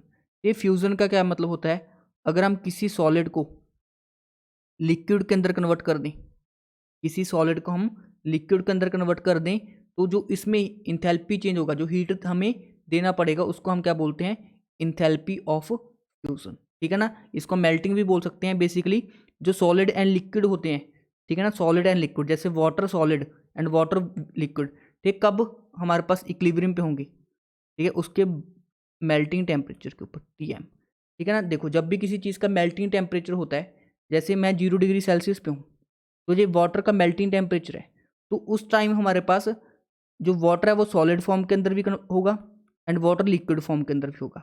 मतलब किसी चीज़ के मेल्टिंग पॉइंट के ऊपर उसका solid phase and liquid phase क्या होते हैं, इक्विलिब्रियम पे होते हैं। तो यहाँ पे टेम्परेचर कौन सा लेंगे, इक्विलिब्रियम टेम्परेचर। उसमें जो इंथैल्पी चेंज होगा उसको हम बोलेंगे क्या, डेल्टा एच फ्यूजन। तो जो हमारे पास इंट्रोपी हो जाएगा इस प्रोसेस के लिए, इसको हम बोलेंगे इंट्रोपी ऑफ फ्यूजन, वो किसके इक्वल हो जाएगा, delta H fusion divide by T M. तो यहाँ पे टी एम क्या होगा, उसका मेल्टिंग टेम्परेचर। अब देखो, अगर हमारे पास कोई लिक्विड है, ठीक है, लिक्विड है, किसके अंदर कन्वर्ट हो रहा है, वेपर्स के अंदर कन्वर्ट हो रहा है, तो उसको हम क्या बोलते हैं, लिक्विड को वेपर में कन्वर्ट होने को हम क्या बोलते हैं, वेपराइजेशन बोलते हैं। तो अब देखो, अगर हम लिक्विड से वेपर में जाते हैं तो इसको हम क्या बोलते हैं, वेपराइजेशन बोलते हैं। और इसमें जो इंट्रोपी चेंज होता है उसको हम बोलेंगे इंट्रोपी ऑफ वेपराइजेशन। तो इंट्रोपी ऑफ वेपराइजेशन का फॉर्मूला क्या हो जाएगा, मुझे बताओ, कोई लिक्विड एंड वेपर, जैसे H2 लिक्विड है, अपने वेपर्स के साथ कब इक्विलिब्रियम पे होता है, 100 डिग्री सेल्सियस पे, मतलब उसके बॉइलिंग टेम्परेचर के ऊपर। तो यहाँ पे हमारे पास जो डेल्टा एस वेपराइजेशन का क्या फॉर्मूला आ जाएगा, enthalpy of vaporisation divide by T B, ठीक है। टी बी को हम क्या बोलेंगे, उसका बॉइलिंग टेम्परेचर, ठीक है ना। और एक होती है हमारे पास इंट्रोपी ऑफ सब्लिमेशन, एक होती है हमारे पास इंट्रोपी ऑफ सब्लिमेशन। ये सब्लिमेशन का क्या मतलब होता है, जब हमारे पास जो सॉलिड है वो डायरेक्टली वेपर्स के अंदर कन्वर्ट हो जाए, जब हमारे पास कोई सॉलिड है डायरेक्टली वेपर्स के अंदर कन्वर्ट हो जाए, जैसे कैम्फर होता है कपूर, कि वो डायरेक्टली सॉलिड से किस में कन्वर्ट हो जाता है, वेपर फॉर्म के अंदर कन्वर्ट हो जाता है। तो इसमें जो इंट्रोपी चेंज आएगा उसको हम बोलेंगे इंट्रोपी ऑफ सब्लिमेशन। तो अब देखो, इंट्रोपी ऑफ सब्लिमेशन का क्या फॉर्मूला बन जाएगा, delta H sublimation is equal to, फिर delta H sublimation enthalpy change over sublimation temperature, ठीक है। तो ये सिंपल सा फॉर्मूला हमारे पास बन जाएगा ड्यूरिंग द फेज ट्रांसफॉर्मेशन, ठीक है। एक और तरह का फेज ट्रांसफॉर्मेशन होता है जिसका हम बोलते हैं क्या, allotropic, allotropic transformation, allotropic transformation. तो इसमें क्या होता है, एक एलोट्रॉपिक फॉर्म दूसरी एलोट्रॉपिक फॉर्म के अंदर कन्वर्ट होते हैं। जैसे डायमंड सॉलिड है, ठीक है ना, ये एक एलोट्रॉपिक फॉर्म है, अपनी दूसरी एलोट्रॉपिक फॉर्म में कन्वर्ट हो जाए, वो ग्रेफाइट में कन्वर्ट हो जाए। तो इसमें जब एक एलोट्रॉपिक फॉर्म दूसरी एलोट्रॉपिक फॉर्म में कन्वर्ट होती है तो उसमें जो इंट्रोपी चेंज होता है उसको हम बोलते हैं इंट्रोपी ऑफ ट्रांसफॉर्मेशन। और इसका ट्रांसफॉर्मेशन ट्रांजिशन बोलेंगे, इंट्रोपी ऑफ ट्रांजिशन। तो इंट्रोपी ऑफ ट्रांजिशन किसके इक्वल आ जाएगा, enthalpy of transition divide by temperature of transition. तो सिंपल सा फॉर्मूला है, हमने delta S is equal to delta H by T, इसको यूज़ करना है। अब देखते हैं क्वेश्चन इसके बेस्ड जो हमारा आया था RPSC 2015 के अंदर। तो इस क्वेश्चन में देखो आपको क्या दिया है, कोई टेम्परेचर दिया है 27 डिग्री सेल्सियस। तो यहाँ पे आपको बोला 1 mole of liquid changes to vapour, ठीक है ना। तो इंथैल्पी ऑफ वेपराइजेशन देखेंगे, तो डेल्टा एस वेपराइजेशन किसके इक्वल आ जाएगा, delta H vaporisation divide by T, ठीक है ना। अब देख लो भाई, हमारे पास ये दिया है 30 किलो जूल पर मोल, 30 किलो जूल पर मोल, और टेम्परेचर हमें दिया है 300 केल्विन। ये 27 डिग्री सेल्सियस का मतलब हो जाएगा 300 केल्विन, तो ये इसकी कुल आ जाएगा 0.1 किलो जूल पर मोल पर केल्विन। तो देख लो कौन सा ऑप्शन बन रहा है, 0.1 को जूल में कन्वर्ट कर लो, जूल में कितना आ जाएगा 100 जूल पर मोल केल्विन। तो कौन सा ऑप्शन करेक्ट हो जाएगा, ऑप्शन नंबर बी। ठीक है, नेक्स्ट क्वेश्चन है इंट्रोपी चेंज का फॉर्मूला फॉर आइसोबारिक प्रोसेस। ठीक है, आइसोबारिक के लिए मैंने आपको बता दिया था, डेल्टा एस किसके इक्वल होता है, N C P ln T2/T1। ठीक है ना, तो अगर 1 मोल है तो इसको 1 पुट कर दो, तो आंसर क्या बन जाएगा, Cp ln T2/T1। ठीक है, नेक्स्ट क्वेश्चन है आइसोथर्मल एक्सपेंशन के लिए। ठीक है ना, आइसोथर्मल एक्सपेंशन के लिए जो PPGT 2013 का क्वेश्चन है, तो उसके लिए हमारे पास फॉर्मूला क्या बन जाएगा, delta S is equal to NR ln V2/V1। ठीक है, एन को 1 पुट कर देना तो हमारा करेक्ट आंसर आ जाएगा RN V2/V1। ठीक है ना, V2/V1 ये वाला क्या आ जाएगा, करेक्ट आंसर आ जाएगा ऑप्शन नंबर बी। ठीक है, ये देखो आपने जो अभी तक पढ़ा उसके बेस्ड क्वेश्चन हैं। ठीक है ना, इनमें से स्टेट फंक्शन कौन कौन से हैं, देखो यहाँ पे वर्क आ गया वो पाथ फंक्शन, यहाँ पे हीट आ गया ये वर्क पाथ फंक्शन हो जाए, वर्क आ गया पाथ फंक्शन, तो ऑप्शन नंबर ए करेक्ट हो जाएगा इस क्वेश्चन के लिए। ठीक है, नेक्स्ट क्वेश्चन आइसोबारिक प्रोसेस के लिए डेल्टा पी 0 होता है, बिल्कुल सही बात है। ठीक है, delta H is equal to delta U plus P delta V, ये भी सही स्टेटमेंट है। जो हम इंथैल्पी चेंज करते हैं कांस्टेंट प्रेशर के ऊपर, वो डेल्टा एच के इक्वल होता है, ये भी सही स्टेटमेंट है। तो गलत स्टेटमेंट कौन सा हो जाएगा, ये वाला, तो ऑप्शन नंबर डी क्या हो जाएगा इस क्वेश्चन के लिए, हमारा करेक्ट आंसर हो जाएगा। ठीक है ना, the well stoppered thermoflask containing some ice is example of. ये हमने वेल स्टॉपर कर दिया थर्मोफ्लास्क, थर्मोफ्लास्क मतलब जो ना ही हीट को एक्सचेंज होने दे ना ही मास को एक्सचेंज होने दे, इस तरह के सिस्टम को हम क्या बोलते हैं, आइसोलेटेड सिस्टम बोलते हैं। ठीक है ना, आइसोलेटेड सिस्टम। ये which of the following parameter is extensive, extensive कौन सा है भाई हमारे पास, हीट कैपेसिटी, बिकॉज ये किसके ऊपर डिपेंड करता है, अमाउंट ऑफ सब्सटेंस के ऊपर डिपेंड करता है, आपको करवा रखा है सब। ठीक है, ह्यूमन बॉडी, ह्यूमन बॉडी किसका एग्जांपल है, ओपन सिस्टम, क्लोज सिस्टम या आइसोलेटेड सिस्टम। सोचो, मैं वैसे बोल रहा हूँ, मेरी एनर्जी एक्सचेंज हो रहा है, मतलब एनर्जी का एक्सचेंज होता है, हम खाना खाते हैं, सब करते हैं प्रोसेस, मतलब हम मैटर को भी ट्रांसफर करते हैं और मैं अपनी एनर्जी को भी ट्रांसफर कर रहा हूँ। तो जब हमारे पास बोथ एनर्जी एंड मैटर का ट्रांसफर होता है, उसको हम क्या बोलते हैं, ओपन सिस्टम बोलते हैं। तो ह्यूमन बॉडी किसका एग्जाम्पल हो गया हमारे पास, ओपन सिस्टम का एग्जाम्पल हो गया। The change in internal energy for cyclic process, किसी भी स्टेट फंक्शन का साइक्लिक प्रोसेस में जो चेंज होता है वो किसके इक्वल होता है, 0। ठीक है ना, तो डेल्टा यू क्या आ जाएगा, 0 आ जाएगा। ठीक है, अ सेल पोटेंशियल इज एन। ठीक है, सेल पोटेंशियल क्या होता है हमारे पास, इंटेंसिव प्रॉपर्टी। क्या आपको करवाया था मैंने, जो ई नॉट सेल होता है, इलेक्ट्रोकेमिकल केमिस्ट्री में पढ़ाऊंगा, जो ई नॉट सेल होता है वो क्या होता है, इंटेंसिव प्रॉपर्टी होता है। ठीक है ना, असिस्टेंट प्रोफेसर का एग्जाम हुआ था अपने उत्तराखंड में, उसके अंदर पूछा गया था। ठीक है, आइडल गैस के लिए du/dv एट कॉन्स्टेंट टी का क्या वैल्यू होता है। ठीक है ना, du/dv एट कॉन्स्टेंट टी का वैल्यू क्या होता है आइडल गैस के लिए, आइडल गैस के लिए तो 0 होता है, मतलब इंटरनल एनर्जी का change with respect to volume. तो क्या आंसर आ जाना था हमारे पास, बी। अगर आपसे रियल गैस का पूछ लेता, रियल गैस के लिए वैल्यू आती है AN²/V², आपको करवाई थी मैंने। ठीक है, ratio of molar heat capacity of diatomic. ठीक है, डाई एटॉमिक गैस है भाई, मोलर हीट कैपेसिटी का रेशियो, वैसे ये बोनस गया था उसने, मोलर हीट कैपेसिटी में तो CP/C भी पूछ सकता है, CV/CP भी पूछ सकता है, मतलब यहाँ पे आंसर CP/CB से भी दे सकते थे या CB/CP से भी दे सकते थे, बट कॉमन सेंस में हम CP/CB से दे लेते हैं। तो डायटॉमिक के लिए बताइए भैया, CP/CB का रेशियो क्या होता है हमारे पास, 7/4, जो हमारे पास कितना आता है, सॉरी 7/5, जो किसके इक्वल होता है, 1.4 के इक्वल होता है। आपको सब डिटेल में करवा रखा है, देखो लेटेस्ट एग्जाम के क्वेश्चन है यूपी PGT 2018 का। ठीक है, the condition of free expansion. ठीक है, फ्री एक्सपेंशन में वर्क 0 हो जाता है, बिकॉज फ्री एक्सपेंशन कब होता है, जब P एक्सटर्नल क्या हो, हमारा 0 हो, तो वर्क भी 0 हो जाएगा। और अगर हमने एडियाबैटिक कंडीशन में किया है तो Q 0 हो जाएगा। तो फर्स्ट लॉ ऑफ थर्मोडायनेमिक्स से delta U is equal to Q plus W, Q भी 0, W भी 0, तो डेल्टा यू भी क्या हो जाएगा, 0, डेल्टा यू भी 0, Q भी 0 एंड वर्क भी हमारे पास क्या हो जाएगा, 0। तो ऑप्शन नंबर ए क्या आ जाएगा, करेक्ट आ जाएगा। अगर डेल्टा यू 0 तो टेम्परेचर चेंज भी क्या आ जाएगा, 0 आ जाएगा। ऑप्शन ए क्या था इस क्वेश्चन के लिए, करेक्ट था। ठीक है, किस इक्वेशन के लिए delta H and delta U की वैल्यू क्या रहेगी, सेम रहेगी। तो आपको पता है delta H is equal to delta U plus delta N G R T. अगर डेल्टा एन जी क्या हो जाए, जीरो हो जाए, क्या डेल्टा एन जी क्या हो जाए, जीरो हो जाए, तो डेल्टा एच किसके इक्वल आ जाएगा, डेल्टा यू के इक्वल आ जाएगा। तो डेल्टा एच किसके इक्वल आ जाएगा, डेल्टा यू के इक्वल आ जाएगा। तो आपको डेल्टा एन जी की वैल्यू देखनी थी, पहले में यहाँ पे 2, यहाँ पे 1, डेल्टा एन जी कितना आ जाएगा, -1 आ जाएगा। यहाँ पे 4, यहाँ पे 1, यहाँ पे 2, यहाँ पे डेल्टा एन जी कितना आ जाएगा, -3 आ जाएगा। यहाँ पे देख लो 1 3/2, ठीक है ना, ये तो लिक्विड है हमारे पास, तो यहाँ पे डेल्टा एन जी कितना आ जाएगा, 0 -3/2 डेट इज -3/2। यहाँ पे देख लो 1 मोल इसका, 1 इसका, 2 इसके, तो डेल्टा एन जी कितना आ जाएगा, 0। जिस केस में डेल्टा एन जी 0 आ जाएगा, उस केस में हमारे पास delta H and delta U क्या हो जाएंगे, इक्वल हो जाएंगे। अब देखो entropy change for a chemical reaction, हमारे पास कोई केमिकल रिएक्शन होगी, उसका हमने इंट्रोपी चेंज फाइंड आउट करना होगा। अब देखो 2 टर्म मैं डिफाइन करता हूँ, एक होता है हमारे पास डेल्टा आर, आर मतलब रिएक्शन का इंट्रोपी चेंज, तो डेल्टा आर एस का क्या मतलब हो गया, इंट्रोपी चेंज, इंट्रोपी चेंज, ठीक है। अगर मैं लिखूं डेल्टा आर एस नॉट, तो डेल्टा आर एस नॉट इसका मतलब होता है स्टैंडर्ड इंथैल्पी चेंज, इसका क्या मतलब होता है स्टैंडर्ड, सॉरी इंथैल्पी नहीं, स्टैंडर्ड इंट्रोपी चेंज।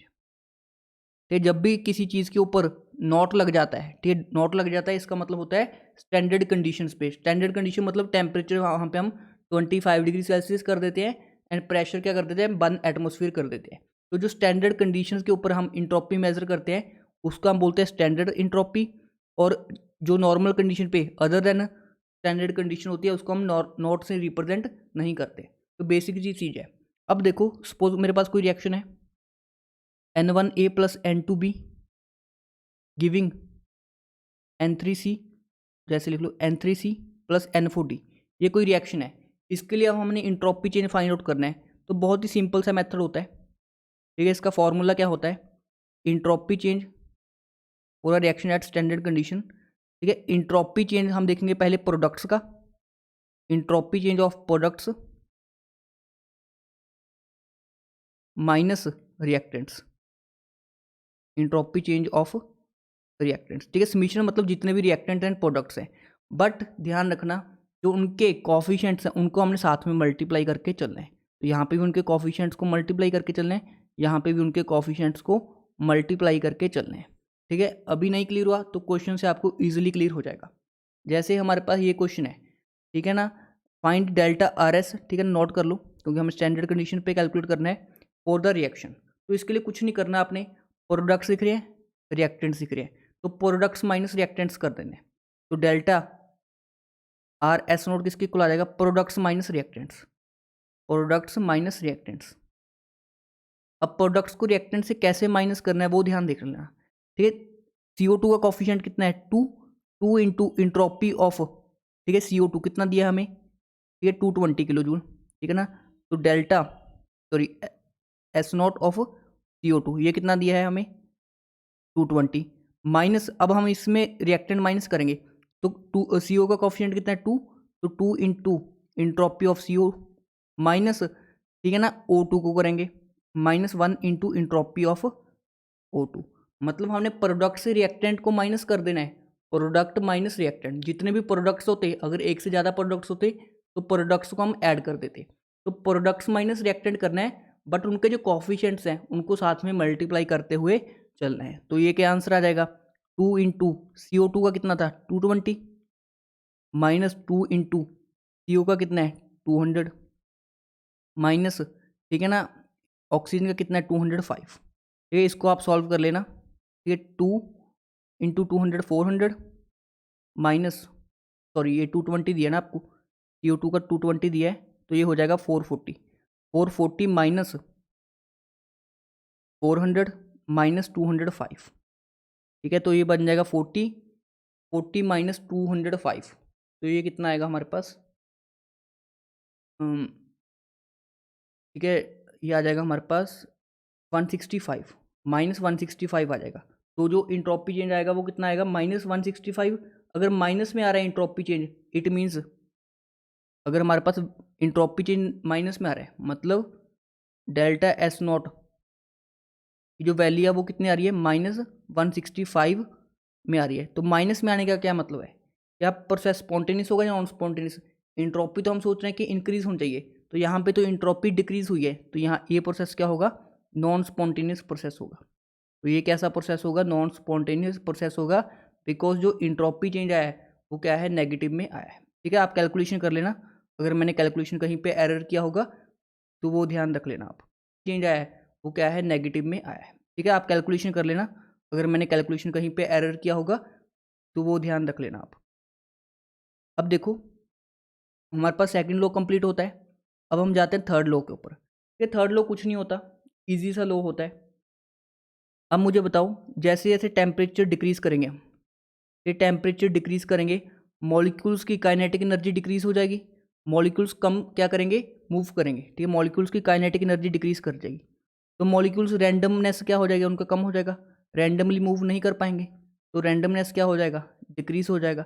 तो रैंडमनेस डिक्रीज हो जाएगा तो इंट्रोपी भी क्या हो जाएगा, डिक्रीज हो जाएगा। तो इंट्रोपी भी क्या हो जाएगा, डिक्रीज हो जाएगा। क्या ये बात आपको समझ आ रही है। तो थर्ड लॉ ने बोला कि अगर हमारे पास 0 केल्विन, ठीक है, 0 केल्विन समझते हो आप, -273 डिग्री सेल्सियस पे ले जाएं किसी चीज़ को, किसी सब्सटेंस को, अगर हम -273 डिग्री सेल्सियस, जिसको हम बोलते हैं एब्सोल्यूट जीरो, तो उसकी इंट्रोपी क्या हो जाएगी, जीरो हो जाएगी। मुझे बताओ इतने कम टेम्परेचर के ऊपर कोई मॉलिक्यूल मूव कर पाएगा, मॉलिक्यूल मूव ही नहीं कर पाएंगे तो वो रैंडमनेस नहीं क्रिएट करेंगे, अगर रैंडमनेस नहीं क्रिएट करेंगे तो उनकी इंट्रोपी क्या हो जाती है, जीरो हो जाती है। तो यही स्टेटमेंट किसने दिया था, थर्ड लॉ ऑफ थर्मोडायनेमिक्स ने दिया था। हो चुका होगा कि थर्ड लॉ क्या कहता है।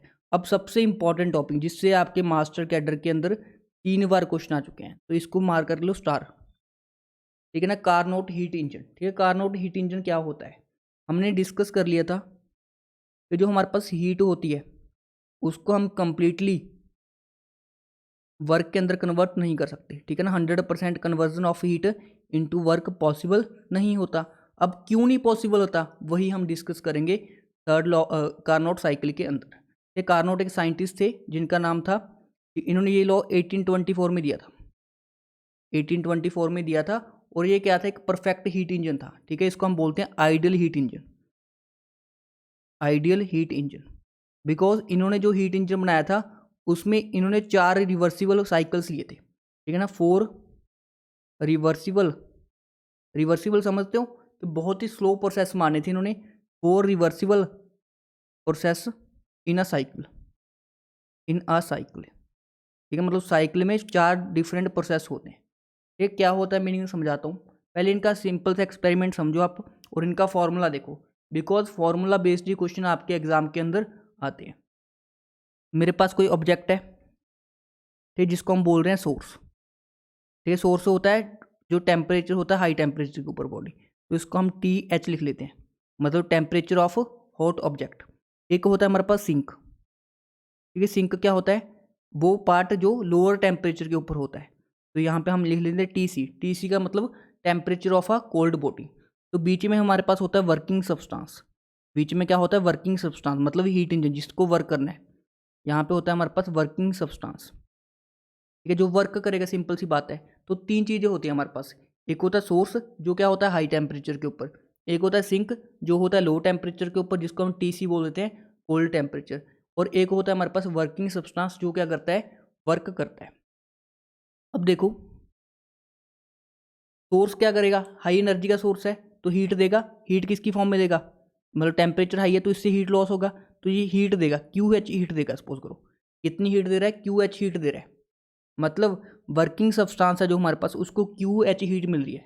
ये QH मतलब हॉट बॉडी से, ठीक है ना, तो Q क्या है, हीट, H मतलब हॉट बॉडी से, तो उसको QH हीट मिल रही है।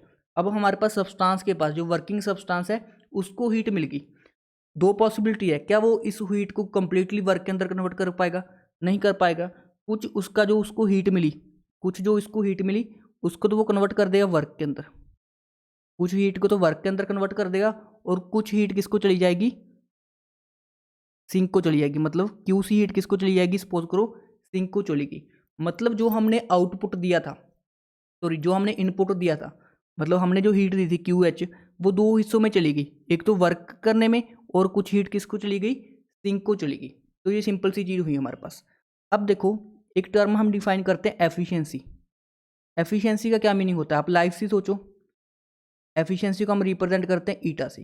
तो ईटा क्या होता है हमारे पास कि कितना हमें आउटपुट मिला और हमने कितना इनपुट दिया था, ठीक है। आउटपुट ओवर इनपुट इनटू 100, ठीक है। ये क्या हो जाती है हमारे पास, एफिशिएंसी हो जाती है कि हमें कितना आउटपुट मिला कितने इनपुट देने पे।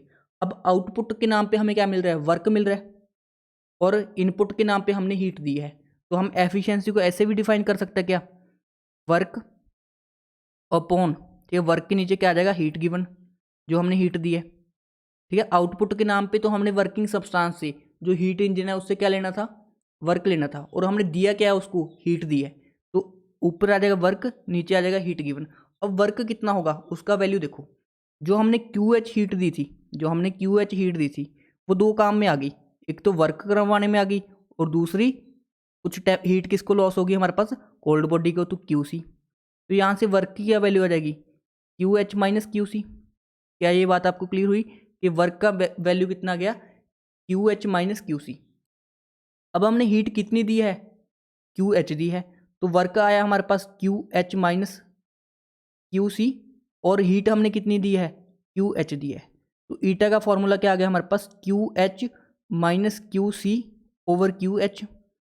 या इसको हम ऐसे लिख सकते हैं क्या, QH को दोनों से डिवाइड कर दूँ, 1 माइनस QC बाय QH। क्या ये बात आपको क्लियर हुई, मतलब 1 माइनस जो हीट गिवन है at cold temperature over QH, ठीक है ना। तो एफिशिएंसी का हमारे पास फॉर्मूला क्या गया, 1 minus QH over QH, sorry QC over QH, 1 minus QC over QH। अब देखो इसको हम हीट को हम टेम्परेचर की फॉर्म में भी रिप्रेजेंट कर सकते हैं। तो इसको हम क्या लिख सकते हैं, 1 minus temperature of cold body over temperature of hot body. तो अगर हम देखें यहाँ से क्या आ जाएगा, ये 1 1 कैंसिल हो जाएंगे, QC ओवर QH जैसे लिखूँ, ठीक है। ये एफिशिएंसी के इक्वल आ गए। तो यहाँ से हम इक्वेट करके इनको क्या लिख सकते हैं, QC over QH is equal to TC over TH, मतलब heat of cold body divide by heat of hot body is equal to ये temperature of cold body divide by temperature of hot body. एक तो ये वाला formula आपको ध्यान रखना है, और एक आपको एफिशिएंसी याद रखनी है, क्या होती है, 1 माइनस TC ओवर TH। तो TC का क्या मतलब हो गया, टेम्परेचर ऑफ सिंक। TC का क्या मतलब हो गया, टेम्परेचर ऑफ सिंक, मतलब छोटा टेम्परेचर। TC का क्या मतलब हो गया, टेम्परेचर ऑफ सिंक,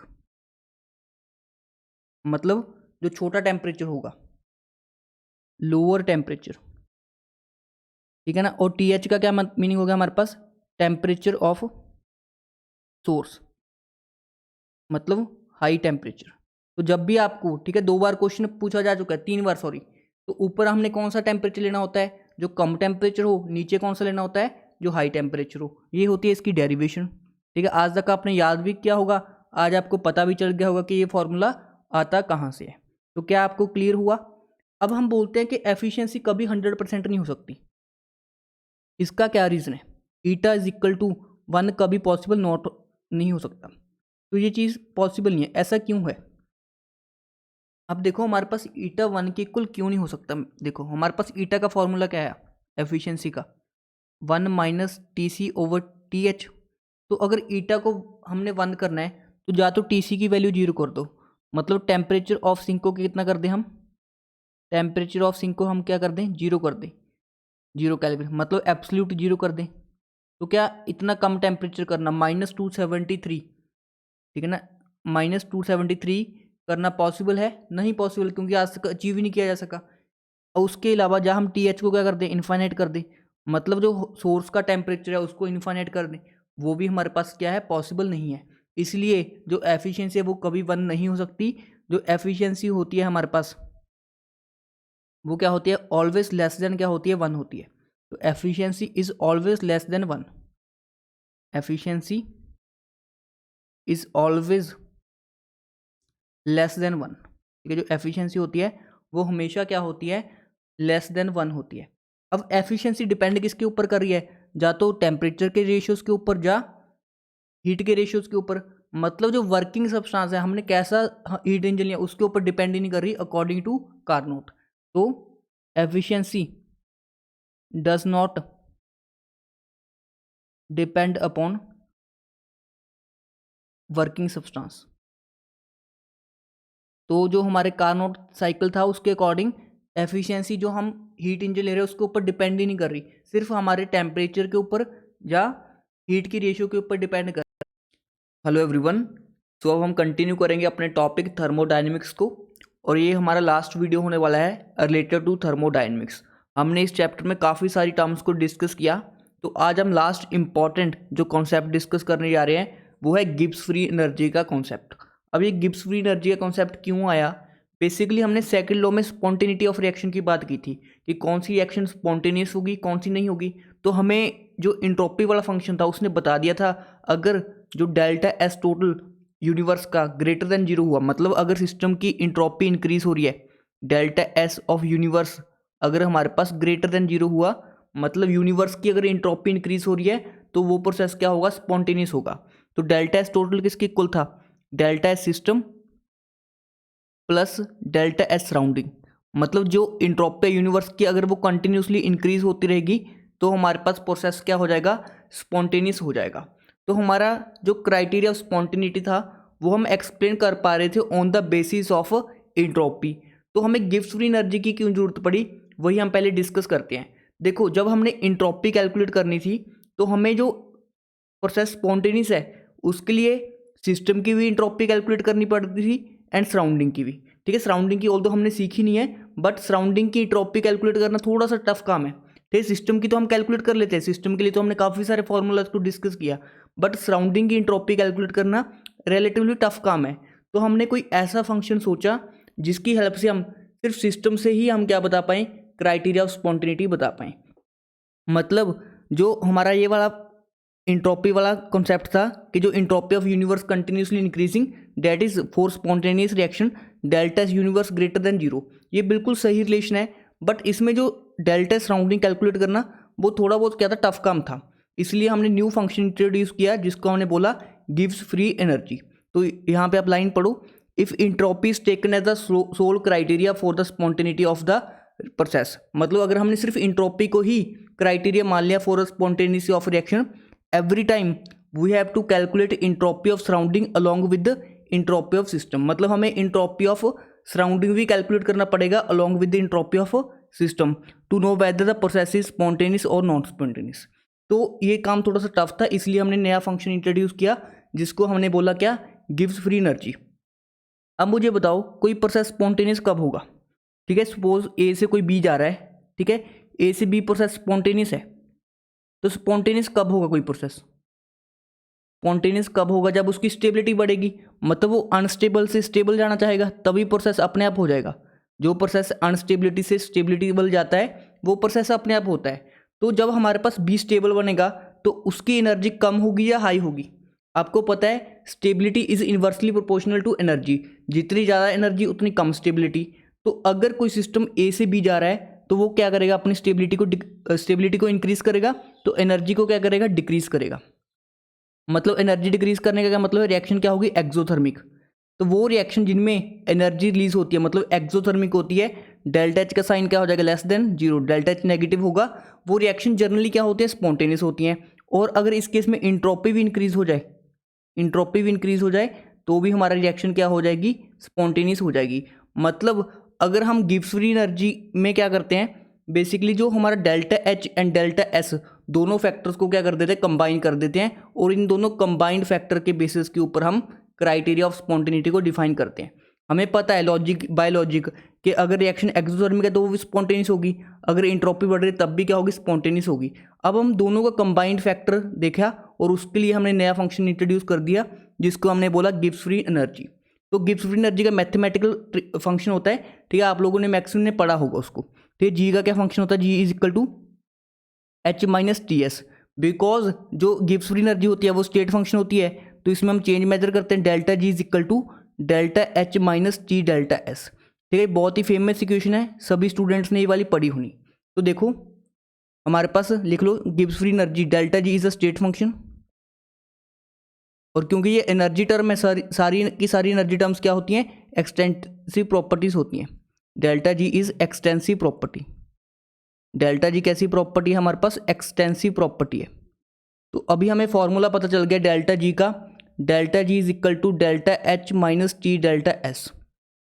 तो ये तो सबको याद रखना है, ठीक है ना, ये वाली फॉर्म तो सबको याद होती भी है और करनी भी है आपको, ठीक है। यहीं से आपको क्राइटेरिया ऑफ स्पॉन्टेनिटी को डिफाइन करेंगे। अब मुझे बताओ, कोई प्रोसेस अनस्टेबिलिटी से स्टेबिलिटी बल जाएगा, ठीक है, अनस्टेबिलिटी से स्टेबिलिटी बल जाएगा, तो उसकी एनर्जी क्या होगी, डिक्रीज होगी। उसकी एनर्जी क्या होगी, डिक्रीज होगी, क्योंकि स्टेबल फॉर्म में एनर्जी क्या होती है, कम होती है। मतलब डेल्टा जी भी क्या है, गिब्स फ्री एनर्जी भी एक एनर्जी टर्म है। तो अगर कोई प्रोसेस स्पॉन्टेनियस हुआ उसमें एनर्जी कम होगी, अगर एनर्जी कम होगी तो डेल्टा जी का कौन सा साइन आएगा, ऑब्वियस सी बात है नेगेटिव साइन आएगा। अगर डेल्टा जी का क्या आएगा, नेगेटिव साइन, तो रिएक्शन क्या होगी हमारी, स्पॉन्टेनियस होगी। जब प्रोसेस क्या होगा, स्पॉन्टेनियस होगा, process will be spontaneous, process will be spontaneous. मतलब अगर एनर्जी कम होगी तो प्रोसेस क्या हो जाएगा हमारा, स्पॉन्टेनियस हो जाएगा। बट ये इनकम्प्लीट इन्फॉर्मेशन है, आज मैं आपको कंप्लीट इन्फॉर्मेशन इसके रिगार्डिंग प्रोवाइड करता हूँ, ठीक है। देखो हमारे पास तो एनर्जी टर्म्स और भी होती हैं, गिब्स फ्री एनर्जी होती है, इंथैल्पी होती है, इंटरनल एनर्जी होती है, उसके अलावा हेल्महोल्ट्ज फंक्शन होता है, ठीक है। तो हम सिर्फ डेल्टा जी को ही चूज़ क्यों करते हैं, क्या हम बाकी एनर्जी टर्म्स की रिस्पेक्ट में भी क्राइटेरिया ऑफ स्पॉन्टेनिटी बता सकते हैं? बिल्कुल, हम सभी एनर्जी टर्म्स की फॉर्म में क्राइटेरिया ऑफ स्पॉन्टेनिटी बता सकते हैं, बट मोस्टली हम क्या यूज़ करते हैं, डेल्टा जी। उसका ही मैं आपको रीज़न बताता हूँ। पहले आपको मैजिक स्क्वायर बनाना है, जो मैंने आपको सिखाया था, Satya Prakash very tired A God A U, ठीक है, इस तरह से मैंने आपको सिखा रखा है। तो यहाँ से हम एरो लगाते हैं। तो हमारे पास 4 एनर्जी फंक्शंस हैं, कौन कौन से, enthalpy, Gibbs free energy, Helmholtz function and internal energy. तो मैं लिख लेता हूँ, enthalpy, Gibbs free energy, Helmholtz function as well as internal energy, ठीक है ना। अब देखो सभी की वैल्यू क्या आएगी, नेगेटिव आएगी, ठीक है, क्योंकि सारी क्या है, एनर्जी टर्म्स है। फॉर स्पॉन्टेनियस रिएक्शन सभी की वैल्यू क्या आएगी, नेगेटिव आएगी, मतलब एनर्जी सबकी कम होगी। बट यहाँ पे कंडीशंस होती हैं, क्या, देखो एच के साइड में कौन कौन से पैरामीटर हैं, एस एंड पी, तो यहाँ पे आपने रखना है कांस्टेंट एस एंड पी। जी देखना है तो जी के साइड में क्या है, पी एन टी, तो यहाँ पे आपने लिखना है पी एन टी। अगर ए है तो ए के साइड में क्या है, वी एन टी, तो यहाँ पे आपने लिखना है वी एन टी, ठीक है। यू है, यू के साइड में क्या है, एस एंड वी, तो यहाँ पे आपने लिखना है एस एंड वी। तो ये वाली होती है एग्जैक्ट कंडीशंस। मतलब जो हम देखते हैं गिब्स फ्री एनर्जी नेगेटिव होना चाहिए, डेल्टा जी नेगेटिव होना चाहिए, वो कहाँ पे है, कांस्टेंट प्रेशर एंड टेम्परेचर पे, ठीक है ना। तो ये वाली पूरी कंडीशन क्या होगी, तो एग्जैक्ट क्राइटेरिया क्या हो गया हमारे पास, एग्जैक्ट क्राइटेरिया क्या हो गया कि डेल्टा जी नेगेटिव तो होना चाहिए, but delta G eight constant pressure and temperature should be negative. तो ये वाली क्या होती है, एग्जैक्ट जो हमारी रिप्रेजेंटेशन होती है for a reaction to be spontaneous, ठीक है ना। तो स्पॉन्टेनिटी के लिए ये वाली क्या होती है हमारे पास, एग्जैक्ट इक्वेशन होती है। अब देखो ये सारे एग्जैक्ट क्राइटेरिया, इसमें कोई भी फॉल्ट नहीं है, ठीक है ना। सारे क्या है, all formulas are correct, all are criteria of spontaneity, सभी क्या है, क्राइटेरिया है स्पॉन्टेनिटी का। बट फिर भी हम गिब्स फ्री एनर्जी को क्यों यूज़ करते हैं, ठीक है ना। तो आपने सोचना है क्यों हम गिब्स फ्री एनर्जी को ही यूज़ करते हैं as a sole criteria for the spontaneity of reaction. अब देखो जो गिब्स फ्री एनर्जी है उसमें कांस्टेंट क्या है, प्रेशर एंड टेम्परेचर। अब किसी रिएक्शन में प्रेशर तो कांस्टेंट रहता है, क्योंकि हम लैब में रिएक्शन करवा रहे हैं, तो लैब में जो प्रेशर होता है वो 1 एटमॉस्फेयर होता है, और टेम्परेचर हम मेंटेन कर सकते हैं। हमारे पास ऐसी डिवाइसेस होती हैं जब हम लैब में काम करते हैं कि टेम्परेचर कांस्टेंट रख सकते हैं। मतलब पी एंड टी ऐसे पैरामीटर हैं जिनको हम कांस्टेंट रख सकते हैं, और उसकी हेल्प से हम डेल्टा जी की वैल्यू क्या कर लेंगे, फाइंड आउट कर लेंगे। तो इसीलिए हम क्या यूज़ करते हैं, डेल्टा जी को मोस्टली यूज़ करते हैं for the spontaneity of reaction, ठीक है। Mostly it is used because P and T are easy to maintain constant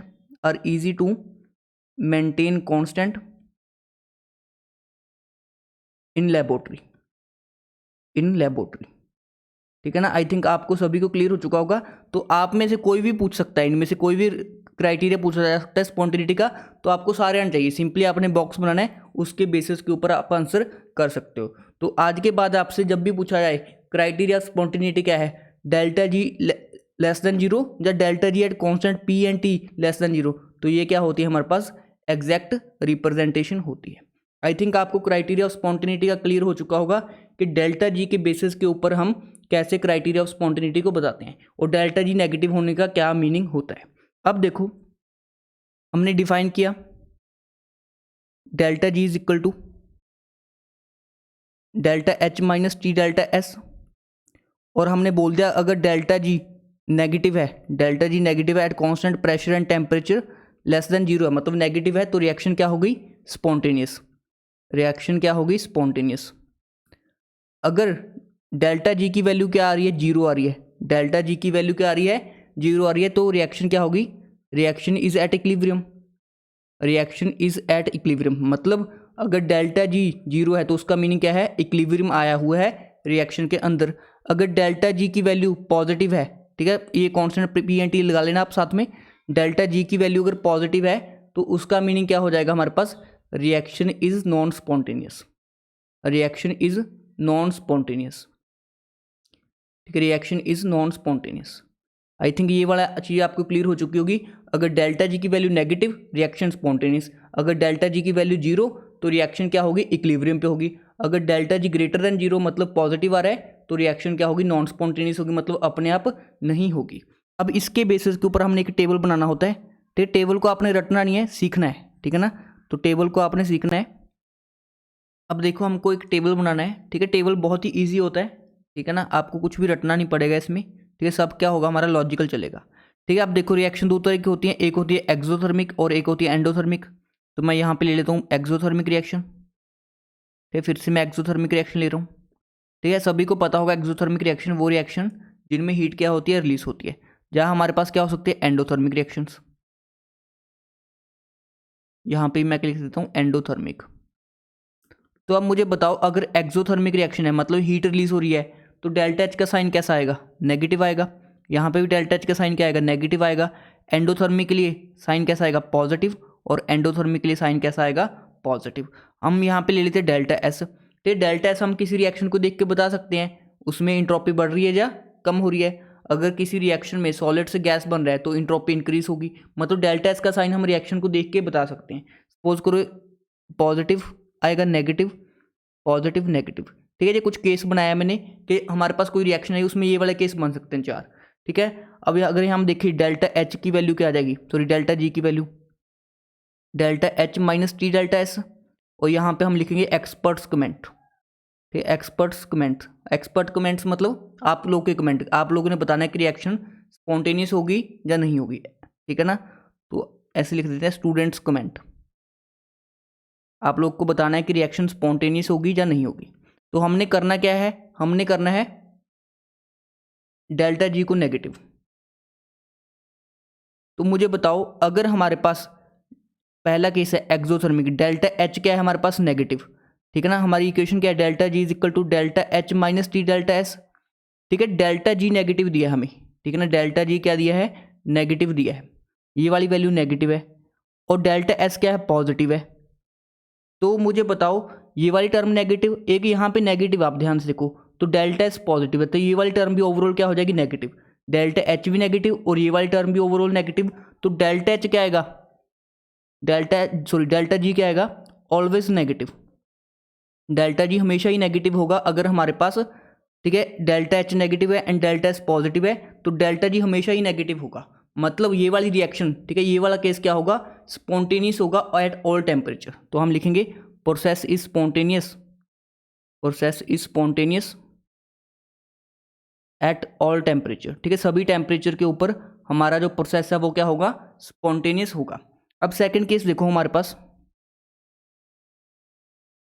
यहाँ पे डेल्टा जी क्या आ जाएगा? Delta H minus T delta S, ठीक है, ये तो हमारे पास फिक्स है। अब डेल्टा एच तो उसने नेगेटिव दिया है, डेल्टा एच नेगेटिव है, ये वाली वैल्यू नेगेटिव है, और डेल्टा एस भी क्या है? नेगेटिव है। डेल्टा एस भी क्या है? नेगेटिव।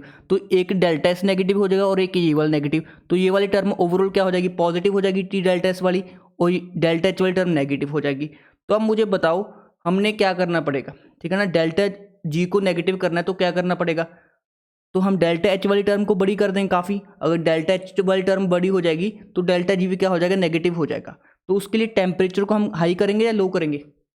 आपको सोचना है टेम्परेचर को हम हाई करेंगे या लो करेंगे।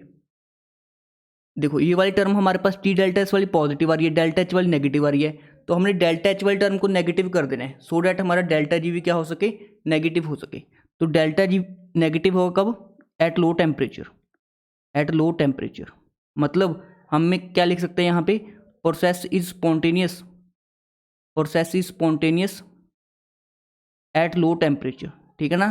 तो प्रोसेस क्या होगा, स्पॉन्टेनियस होगा लो टेम्परेचर के ऊपर। बेसिकली हमने सिंपल मैथमेटिक्स देखनी है कि डेल्टा जी को नेगेटिव करना है, ठीक है। नेक्स्ट केस देखो आप, ठीक है। नेक्स्ट केस में हम सेम इक्वेशन लिखते हैं, delta G is equal to delta H minus T delta S. अब देखो यहाँ पे हमारे पास डेल्टा एच का साइन क्या है, पॉजिटिव है, तो ये वाली वैल्यू पॉजिटिव है, और ये वाली टर्म डेल्टा एस भी पॉजिटिव है, ठीक है। तो ओवरऑल ये वाली टर्म क्या आ गई, नेगेटिव आ गई। तो डेल्टा एच वाली term positive, T delta S वाली टर्म नेगेटिव। तो आप मुझे बताओ रिएक्शन कब स्पॉन्टेनियस होगी, जब टी डेल्टा एस वाली टर्म ज़्यादा नेगेटिव हो जाएगी। ज़्यादा नेगेटिव कब होगी, जब टेम्परेचर क्या होगा, हाई होगा, मतलब delta G less than zero होगा at high temperature, at high temperature. तो यहाँ पे हम क्या लिखेंगे, process is spontaneous, process is spontaneous at high temperature, ठीक है ना। जो प्रोसेस होगा हमारा स्पॉन्टेनियस होगा हाई टेम्परेचर के ऊपर। फिर लास्ट वाला केस देखो, यहाँ पे delta G is equal to delta H minus T delta S, मैंने फिर से लिख लिया। अब देखो यहाँ पे क्या होगा, ठीक है, डेल एच तो पॉजिटिव है, ये वाली टर्म पॉजिटिव, ठीक है, और डेल्टा एस नेगेटिव। तो डेल्टा एस नेगेटिव, यहाँ पे एक नेगेटिव साइन और है, नेगेटिव नेगेटिव पॉजिटिव हो जाएंगे, तो डेल जी हमेशा ही क्या आएगा, पॉजिटिव आएगा। मतलब रिएक्शन क्या आएगी, हमेशा ही नॉन स्पॉन्टेनियस होगी एट ऑल टेम्परेचर, ठीक है ना। तो हम लिखेंगे reaction is non spontaneous, reaction is non spontaneous at all temperature, at all temperature, ठीक है। सभी टेम्परेचर के ऊपर हमारी रिएक्शन क्या होगी, नॉन स्पॉन्टेनियस होगी। आई थिंक ये वाला टेबल आपको याद हो चुका होगा, याद नहीं करना आपको, सिंपली आपने केस बना के देखनी है, ठीक है ना। ये केस बनेंगे, आपको 4 केस बनेंगे, ठीक है ना। आप खुद भी प्रैक्टिस कर सकते हो, ठीक है, एज इट इज़, ठीक है ना। एक बार चाहे देख के लिख लो, या आप खुद से भी लिख सकते हो इस चीज़ को, ठीक है ना। कुछ भी याद करने वाला नहीं है, सिंपली हमने डेल्टा जी को नेगेटिव सोचना है कि कौन कौन सी कंडीशन में हम कर सकते हैं। अब मुझे बताओ, जो हमारे पास ये फर्स्ट केस था, second case, third case, fourth case, ठीक है। जो सेकंड केस है उसमें डेल्टा जी नेगेटिव क्यों हो रहा है, बिकॉज डेल्टा एच क्या है, नेगेटिव है। डेल्टा एच नेगेटिव था, टी डेल्टा एस पॉजिटिव था, क्योंकि रिएक्शन इंथैल्पी के कारण डेल्टा एच के कारण नेगेटिव थी, तो हमारा डेल्टा जी नेगेटिव क्यों हुआ, डेल्टा एच के कारण, इंथैल्पी के कारण। तो इस तरह की रिएक्शन जिसमें डेल्टा एच मेजर फैक्टर होता है, इसको हम बोलते हैं इंथैल्पी ड्रिवन रिएक्शंस। इसको हम क्या बोलेंगे, enthalpy driven reactions, enthalpy driven reactions. अब थर्ड वाला केस देखो, इसमें डेल्टा जी नेगेटिव हुआ, क्यों नेगेटिव हुआ, क्योंकि हमारे पास टी डेल्टा एस वाली टर्म नेगेटिव हो रही थी। टी डेल्टा एस मतलब इंट्रोपी वाली टर्म नेगेटिव हो रही थी, ठीक है। इसलिए इस तरह की रिएक्शन को हम बोलते हैं इंट्रोपी ड्रिवन रिएक्शंस। तो इस तरह की रिएक्शन को हम क्या बोलते हैं, इंट्रोपी ड्रिवन रिएक्शन, मतलब इंट्रोपी के कारण रिएक्शन हुई, ठीक है ना। रिएक्शन क्यों होती है, क्योंकि वो स्पॉन्टेनियस होती है। तो इस केस में डेल्टा जी नेगेटिव क्यों हुआ, इंथैल्पी के कारण, तो इसको हमने बोला इंथैल्पी ड्रिवन रिएक्शन। और थर्ड केस में डेल्टा जी नेगेटिव क्यों हुआ, बिकॉज इंट्रोपी वाला फैक्टर नेगेटिव था। तो इस तरह की रिएक्शन ने इंट्रोपी ने फेवर किया, और इसको हम बोलते हैं क्या, इंट्रोपी ड्रिवन रिएक्शन, ठीक है ना। आई होप आपको ये वाले केस क्लियर हो चुकेंगे, ठीक है ना। तो आपसे पूछ सकता है कौन सा इंथैल्पी ड्रिवन रिएक्शन का केस होगा, आपको 4 वैल्यूज दे देगा, ठीक है। कौन सा इंट्रोपी ड्रिवन का केस होगा, तो आपको डेफिनेटली सारी चीज़ों की क्लैरिटी होनी चाहिए। तो ये वाला टेबल मोस्ट इंपॉर्टेंट है, कि मोस्ट इंपॉर्टेंट टेबल है, और आप लोग को रटना नहीं है, सिंपली आपने एक दो बार प्रैक्टिस करके देखनी है। आपने डेल्टा जी को खुद से ही क्या करना है, नेगेटिव करना है, ठीक है ना।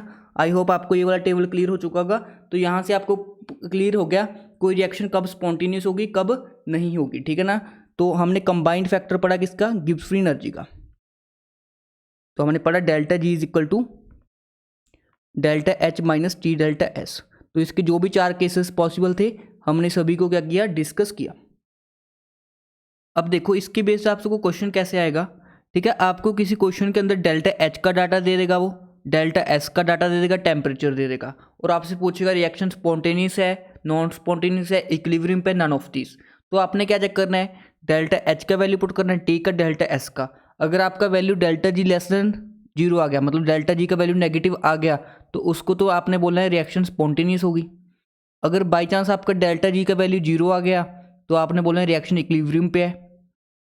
और अगर आपकी जो डेल्टा जी की वैल्यू है वो ग्रेटर देन 0 आ गई तो उसका मतलब रिएक्शन क्या है, नॉन स्पॉन्टेनियस है। तो इसके बेस्ड आपसे सिंपल सा क्वेश्चन पूछा जा सकता है, तो आपको सिंपली डाटा को कंपेयर करना आना चाहिए। उसके बाद एक इंपॉर्टेंट चीज़ पढ़ाता हूँ आपको, ठीक है। आप लोगों ने इक्विलिब्रियम थोड़ा बहुत तो पढ़ा ही होगा कभी ज़िंदगी में, ठीक है ना, इक्विलिब्रियम, ठीक है ना। तो इक्विलिब्रियम में आपने एक टर्म सुनी होगी जिसको हम बोलते हैं इक्विलिब्रियम कांस्टेंट केसी, ठीक है ना। तो केसी का ही कॉन्सेप्ट बताने जा रहा हूँ, relation between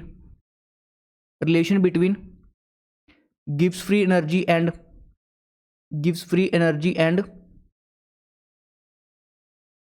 relation between gives free energy and equilibrium constant KC, equilibrium constant, तो सिंपली के इक्विलिब्रियम बोल देता हूँ इसको मैं। तो इसके बीच में रिलेशन आपको पता होना चाहिए, ठीक है, डायरेक्टली आपने याद करना है, ठीक है ना। तो इससे आपके 2 बार क्वेश्चन आ चुका है मास्टर कैडर के अंदर, ठीक है ना। तो ये इंपॉर्टेंट टॉपिक है, रिपीटेडली हर एग्जाम के अंदर पूछा जाता है ये वाला रिलेशन। मैं बताऊंगा आप कहाँ पे गलती करवाएगा हो। ठीक है, सबसे पहले आपको डेल्टा जी का रिलेशन याद करना है। Delta G is equal to delta G not plus R T L N Q, ठीक है ना। अब ये क्यू चीज़ क्या चीज़ है ये हमें पता होना चाहिए।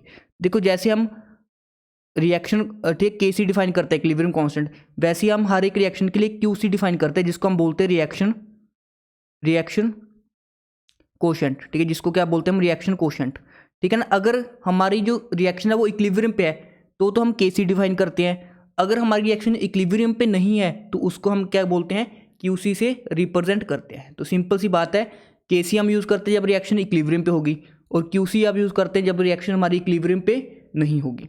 तो अभी हमारी रिएक्शन इक्विलिब्रियम पे नहीं है, तो ये वाला रिलेशन है delta G is equal to delta G not plus R T L N Q. क्या आपको ये वाला रिलेशन याद रहेगा, पहला रिलेशन, ठीक है। यहीं से हमने सारा मॉडिफाई करना है। अब सपोज करो हमारी रिएक्शन आ गई एट इक्विलिब्रियम, रिएक्शन आ गई हमारी एट इक्विलिब्रियम, तो एट इक्विलिब्रियम क्या होगा हमारे पास, एट इक्विलिब्रियम क्या होगा, ठीक है ना। आई होप आपको डेल्टा जी का मतलब पता होगा, gives free energy change. Delta G not का क्या मतलब होता है, gives free energy change at standard conditions, ठीक है ना। तो एट इक्विलिब्रियम कौन सा फैक्टर 0 हो जाएगा हमारे पास, डेल्टा जी का वैल्यू क्या हो जाएगा, 0 हो जाएगा। डेल्टा जी क्या हो जाएगा, 0 हो जाएगा, मतलब यहाँ से हमने लिख ही दिया है एट इक्विलिब्रियम डेल्टा जी क्या होता है, 0 होता है। तो क्यू किसके इक्वल हो जाएगा बता सकते हो आप, जो रिएक्शन कोएफिशिएंट था क्यू, वो आप के सी के इक्विलिब्रियम कांस्टेंट के इक्वल आ जाएगा, क्योंकि रिएक्शन हमारी इक्विलिब्रियम पे आ चुकी है। तो क्यू को मैं के इक्विलिब्रियम लिख देता हूँ, सिंपल सी बात है। तो हमारा रिलेशन कैसा आएगा, 0 is equal to delta G not plus R T L N. अब क्यू की जगह मैं क्या कर दूंगा, के इक्विलिब्रियम कर दूंगा, ठीक है। तो डेल्टा जी नॉट की क्या वैल्यू आ जाएगी, minus R T L N K equilibrium, ठीक है। या इसको हम ऐसे भी लिख सकते हैं, delta G is equal to -2.303 R T log K equilibrium, ठीक है। ऐसे भी हम लिख सकते हैं। क्या ये चीज़ आपको क्लियर हुई, आई होप आपको ये वाली चीज़ें क्लियर हो रही होंगी, ठीक है ना। तो आपको ये रिलेशन, ठीक है, शायद ये वाला या इनमें से कोई एक रिलेशन आपके एग्जाम में मास्टर कैडर में आया था और एक बार पंजाब लेक्चर कैडर के अंदर पूछा गया था। तो ये सारे रिलेशन ही आपके लिए इंपॉर्टेंट है। आपने तो बस एक ये वाली स्टैंडर्ड फॉर्म याद करनी है, इक्विलिब्रियम पे delta G is equal to 0, K is equal to K equilibrium, वहाँ से क्या करना है, बाकी इक्वेशंस को ड्राइव कर लेना है। आई होप आपको ये वाला जो रिलेशन वाला टॉपिक है ये याद हो चुका होगा। अब इसको हम थोड़ा सा मॉडिफाई करते हैं। देखो हमारे पास क्या आया relation, delta G not is equal to -2.303, delta G not is equal to -2.303 R T log K equilibrium, तो यही रिलेशन आया ना हमारे पास, बिल्कुल सही बात है। मुझे बताओ अगर डेल्टा जी नॉट नेगेटिव है, इस केस में डेल्टा जी नॉट क्या है, नेगेटिव है, तो minus R T L N Q भी, minus R T L N K equilibrium भी क्या आएगा, नेगेटिव आएगा। तो मुझे बताओ के इक्विलिब्रियम की वैल्यू लेस देन 1 होगी या ग्रेटर देन 1 होगी, तो आपने सोच के बताना है जो एल एन क्यू की वैल्यू है लेस देन 1 होगी या ग्रेटर देन 1 होगी। मुझे बताओ अगर मैं एल एन के इक्विलिब्रियम लिखूं तो ये वाला नेगेटिव, अगर हम इसको डिवाइड कर दें नेगेटिव से, तो आपको पता है जब हम नेगेटिव से मल्टीप्लाई करते हैं साइन ऑपोजिट हो जाते हैं। तो एल एन के इक्विलिब्रियम की वैल्यू क्या आएगी, ग्रेटर देन 1 आएगी, मतलब के इक्विलिब्रियम की वैल्यू किसकी ग्रेटर आएगी, 1 के ग्रेटर आएगी। तो मतलब अगर डेल्टा जी नेगेटिव हुआ, ठीक है, डेल्टा जी नॉट की वैल्यू नेगेटिव हुई तो इक्विलिब्रियम कांस्टेंट की वैल्यू क्या आएगी, ग्रेटर देन 1 आएगी। तो ये भी चीज़ आपको याद रखनी है। अगर डेल्टा जी नॉट की वैल्यू 0 आ गई हमारे पास, तो minus R T L N K equilibrium किसके इक्वल आ जाएगा, 0 के इक्वल आ जाएगा। तो 0 कब होगी चीज़, ठीक है ना, इसको ऐसे लिख लो के इक्विलिब्रियम किसके इक्वल आ जाएगा, अगर हम दोनों तरफ क्या ले ली, एंटी लॉग ले ली, तो क्या आएगा माइनस आर टी। सिंपली आप देख लो एंटी लॉग ले लोगे तो ई की पावर 0 बन जाएगा, ई की पावर 0 क्या होता है 1, तो के इक्विलिब्रियम की वैल्यू क्या आ जाएगी 1 आ जाएगी। ये सिंपल सी चीज़ थी हमारे पास। अगर डेल्टा जी नॉट की वैल्यू की ग्रेटर देन 0 आ गई, मतलब हमारी रिएक्शन में जो डेल्टा जी नोट है वो पॉजिटिव है, तो minus R T L N K equilibrium की वैल्यू क्या आ जाएगी, ग्रेटर देन 0 आ जाएगी। तो यहाँ से आप सॉल्व करना, के इक्विलिब्रियम की वैल्यू क्या आ जाएगी, लेस देन 1 आ जाएगी। तो आपसे एक बार पेपर में क्या क्वेश्चन पूछा गया था मैं बताता हूँ, ठीक है ना। इनमें से कौन सा रिलेशन करेक्ट है, ठीक है, which of the following relation is correct, which of the following relation is correct, which of the following relation is correct. ठीक, इस तरह का क्वेश्चन था, एग्जैक्ट मेरे को याद नहीं है, बट हाँ इसी टाइप का था। उसमें दिया था if delta G not less than 0 then, ऐसे 4 ऑप्शन थे। के इक्विलिब्रियम एक में ग्रेटर देन 1 था, एक में के इक्विलिब्रियम लेस देन 1 था, और एक में के इक्विलिब्रियम 0 था, के इक्विलिब्रियम इक्वल टू 1 था, और डी ऑप्शन है none of this, none of this. तो मुझे बताओ अगर डेल्टा जी लेस देन 0 है तो के इक्विलिब्रियम क्या होगा, ग्रेटर देन 1 होगा। तो ये उन्हीं स्टूडेंट्स को पता होगा जिन्होंने ये वाला रिलेशन क्या होगा पढ़ा होगा, ठीक है ना।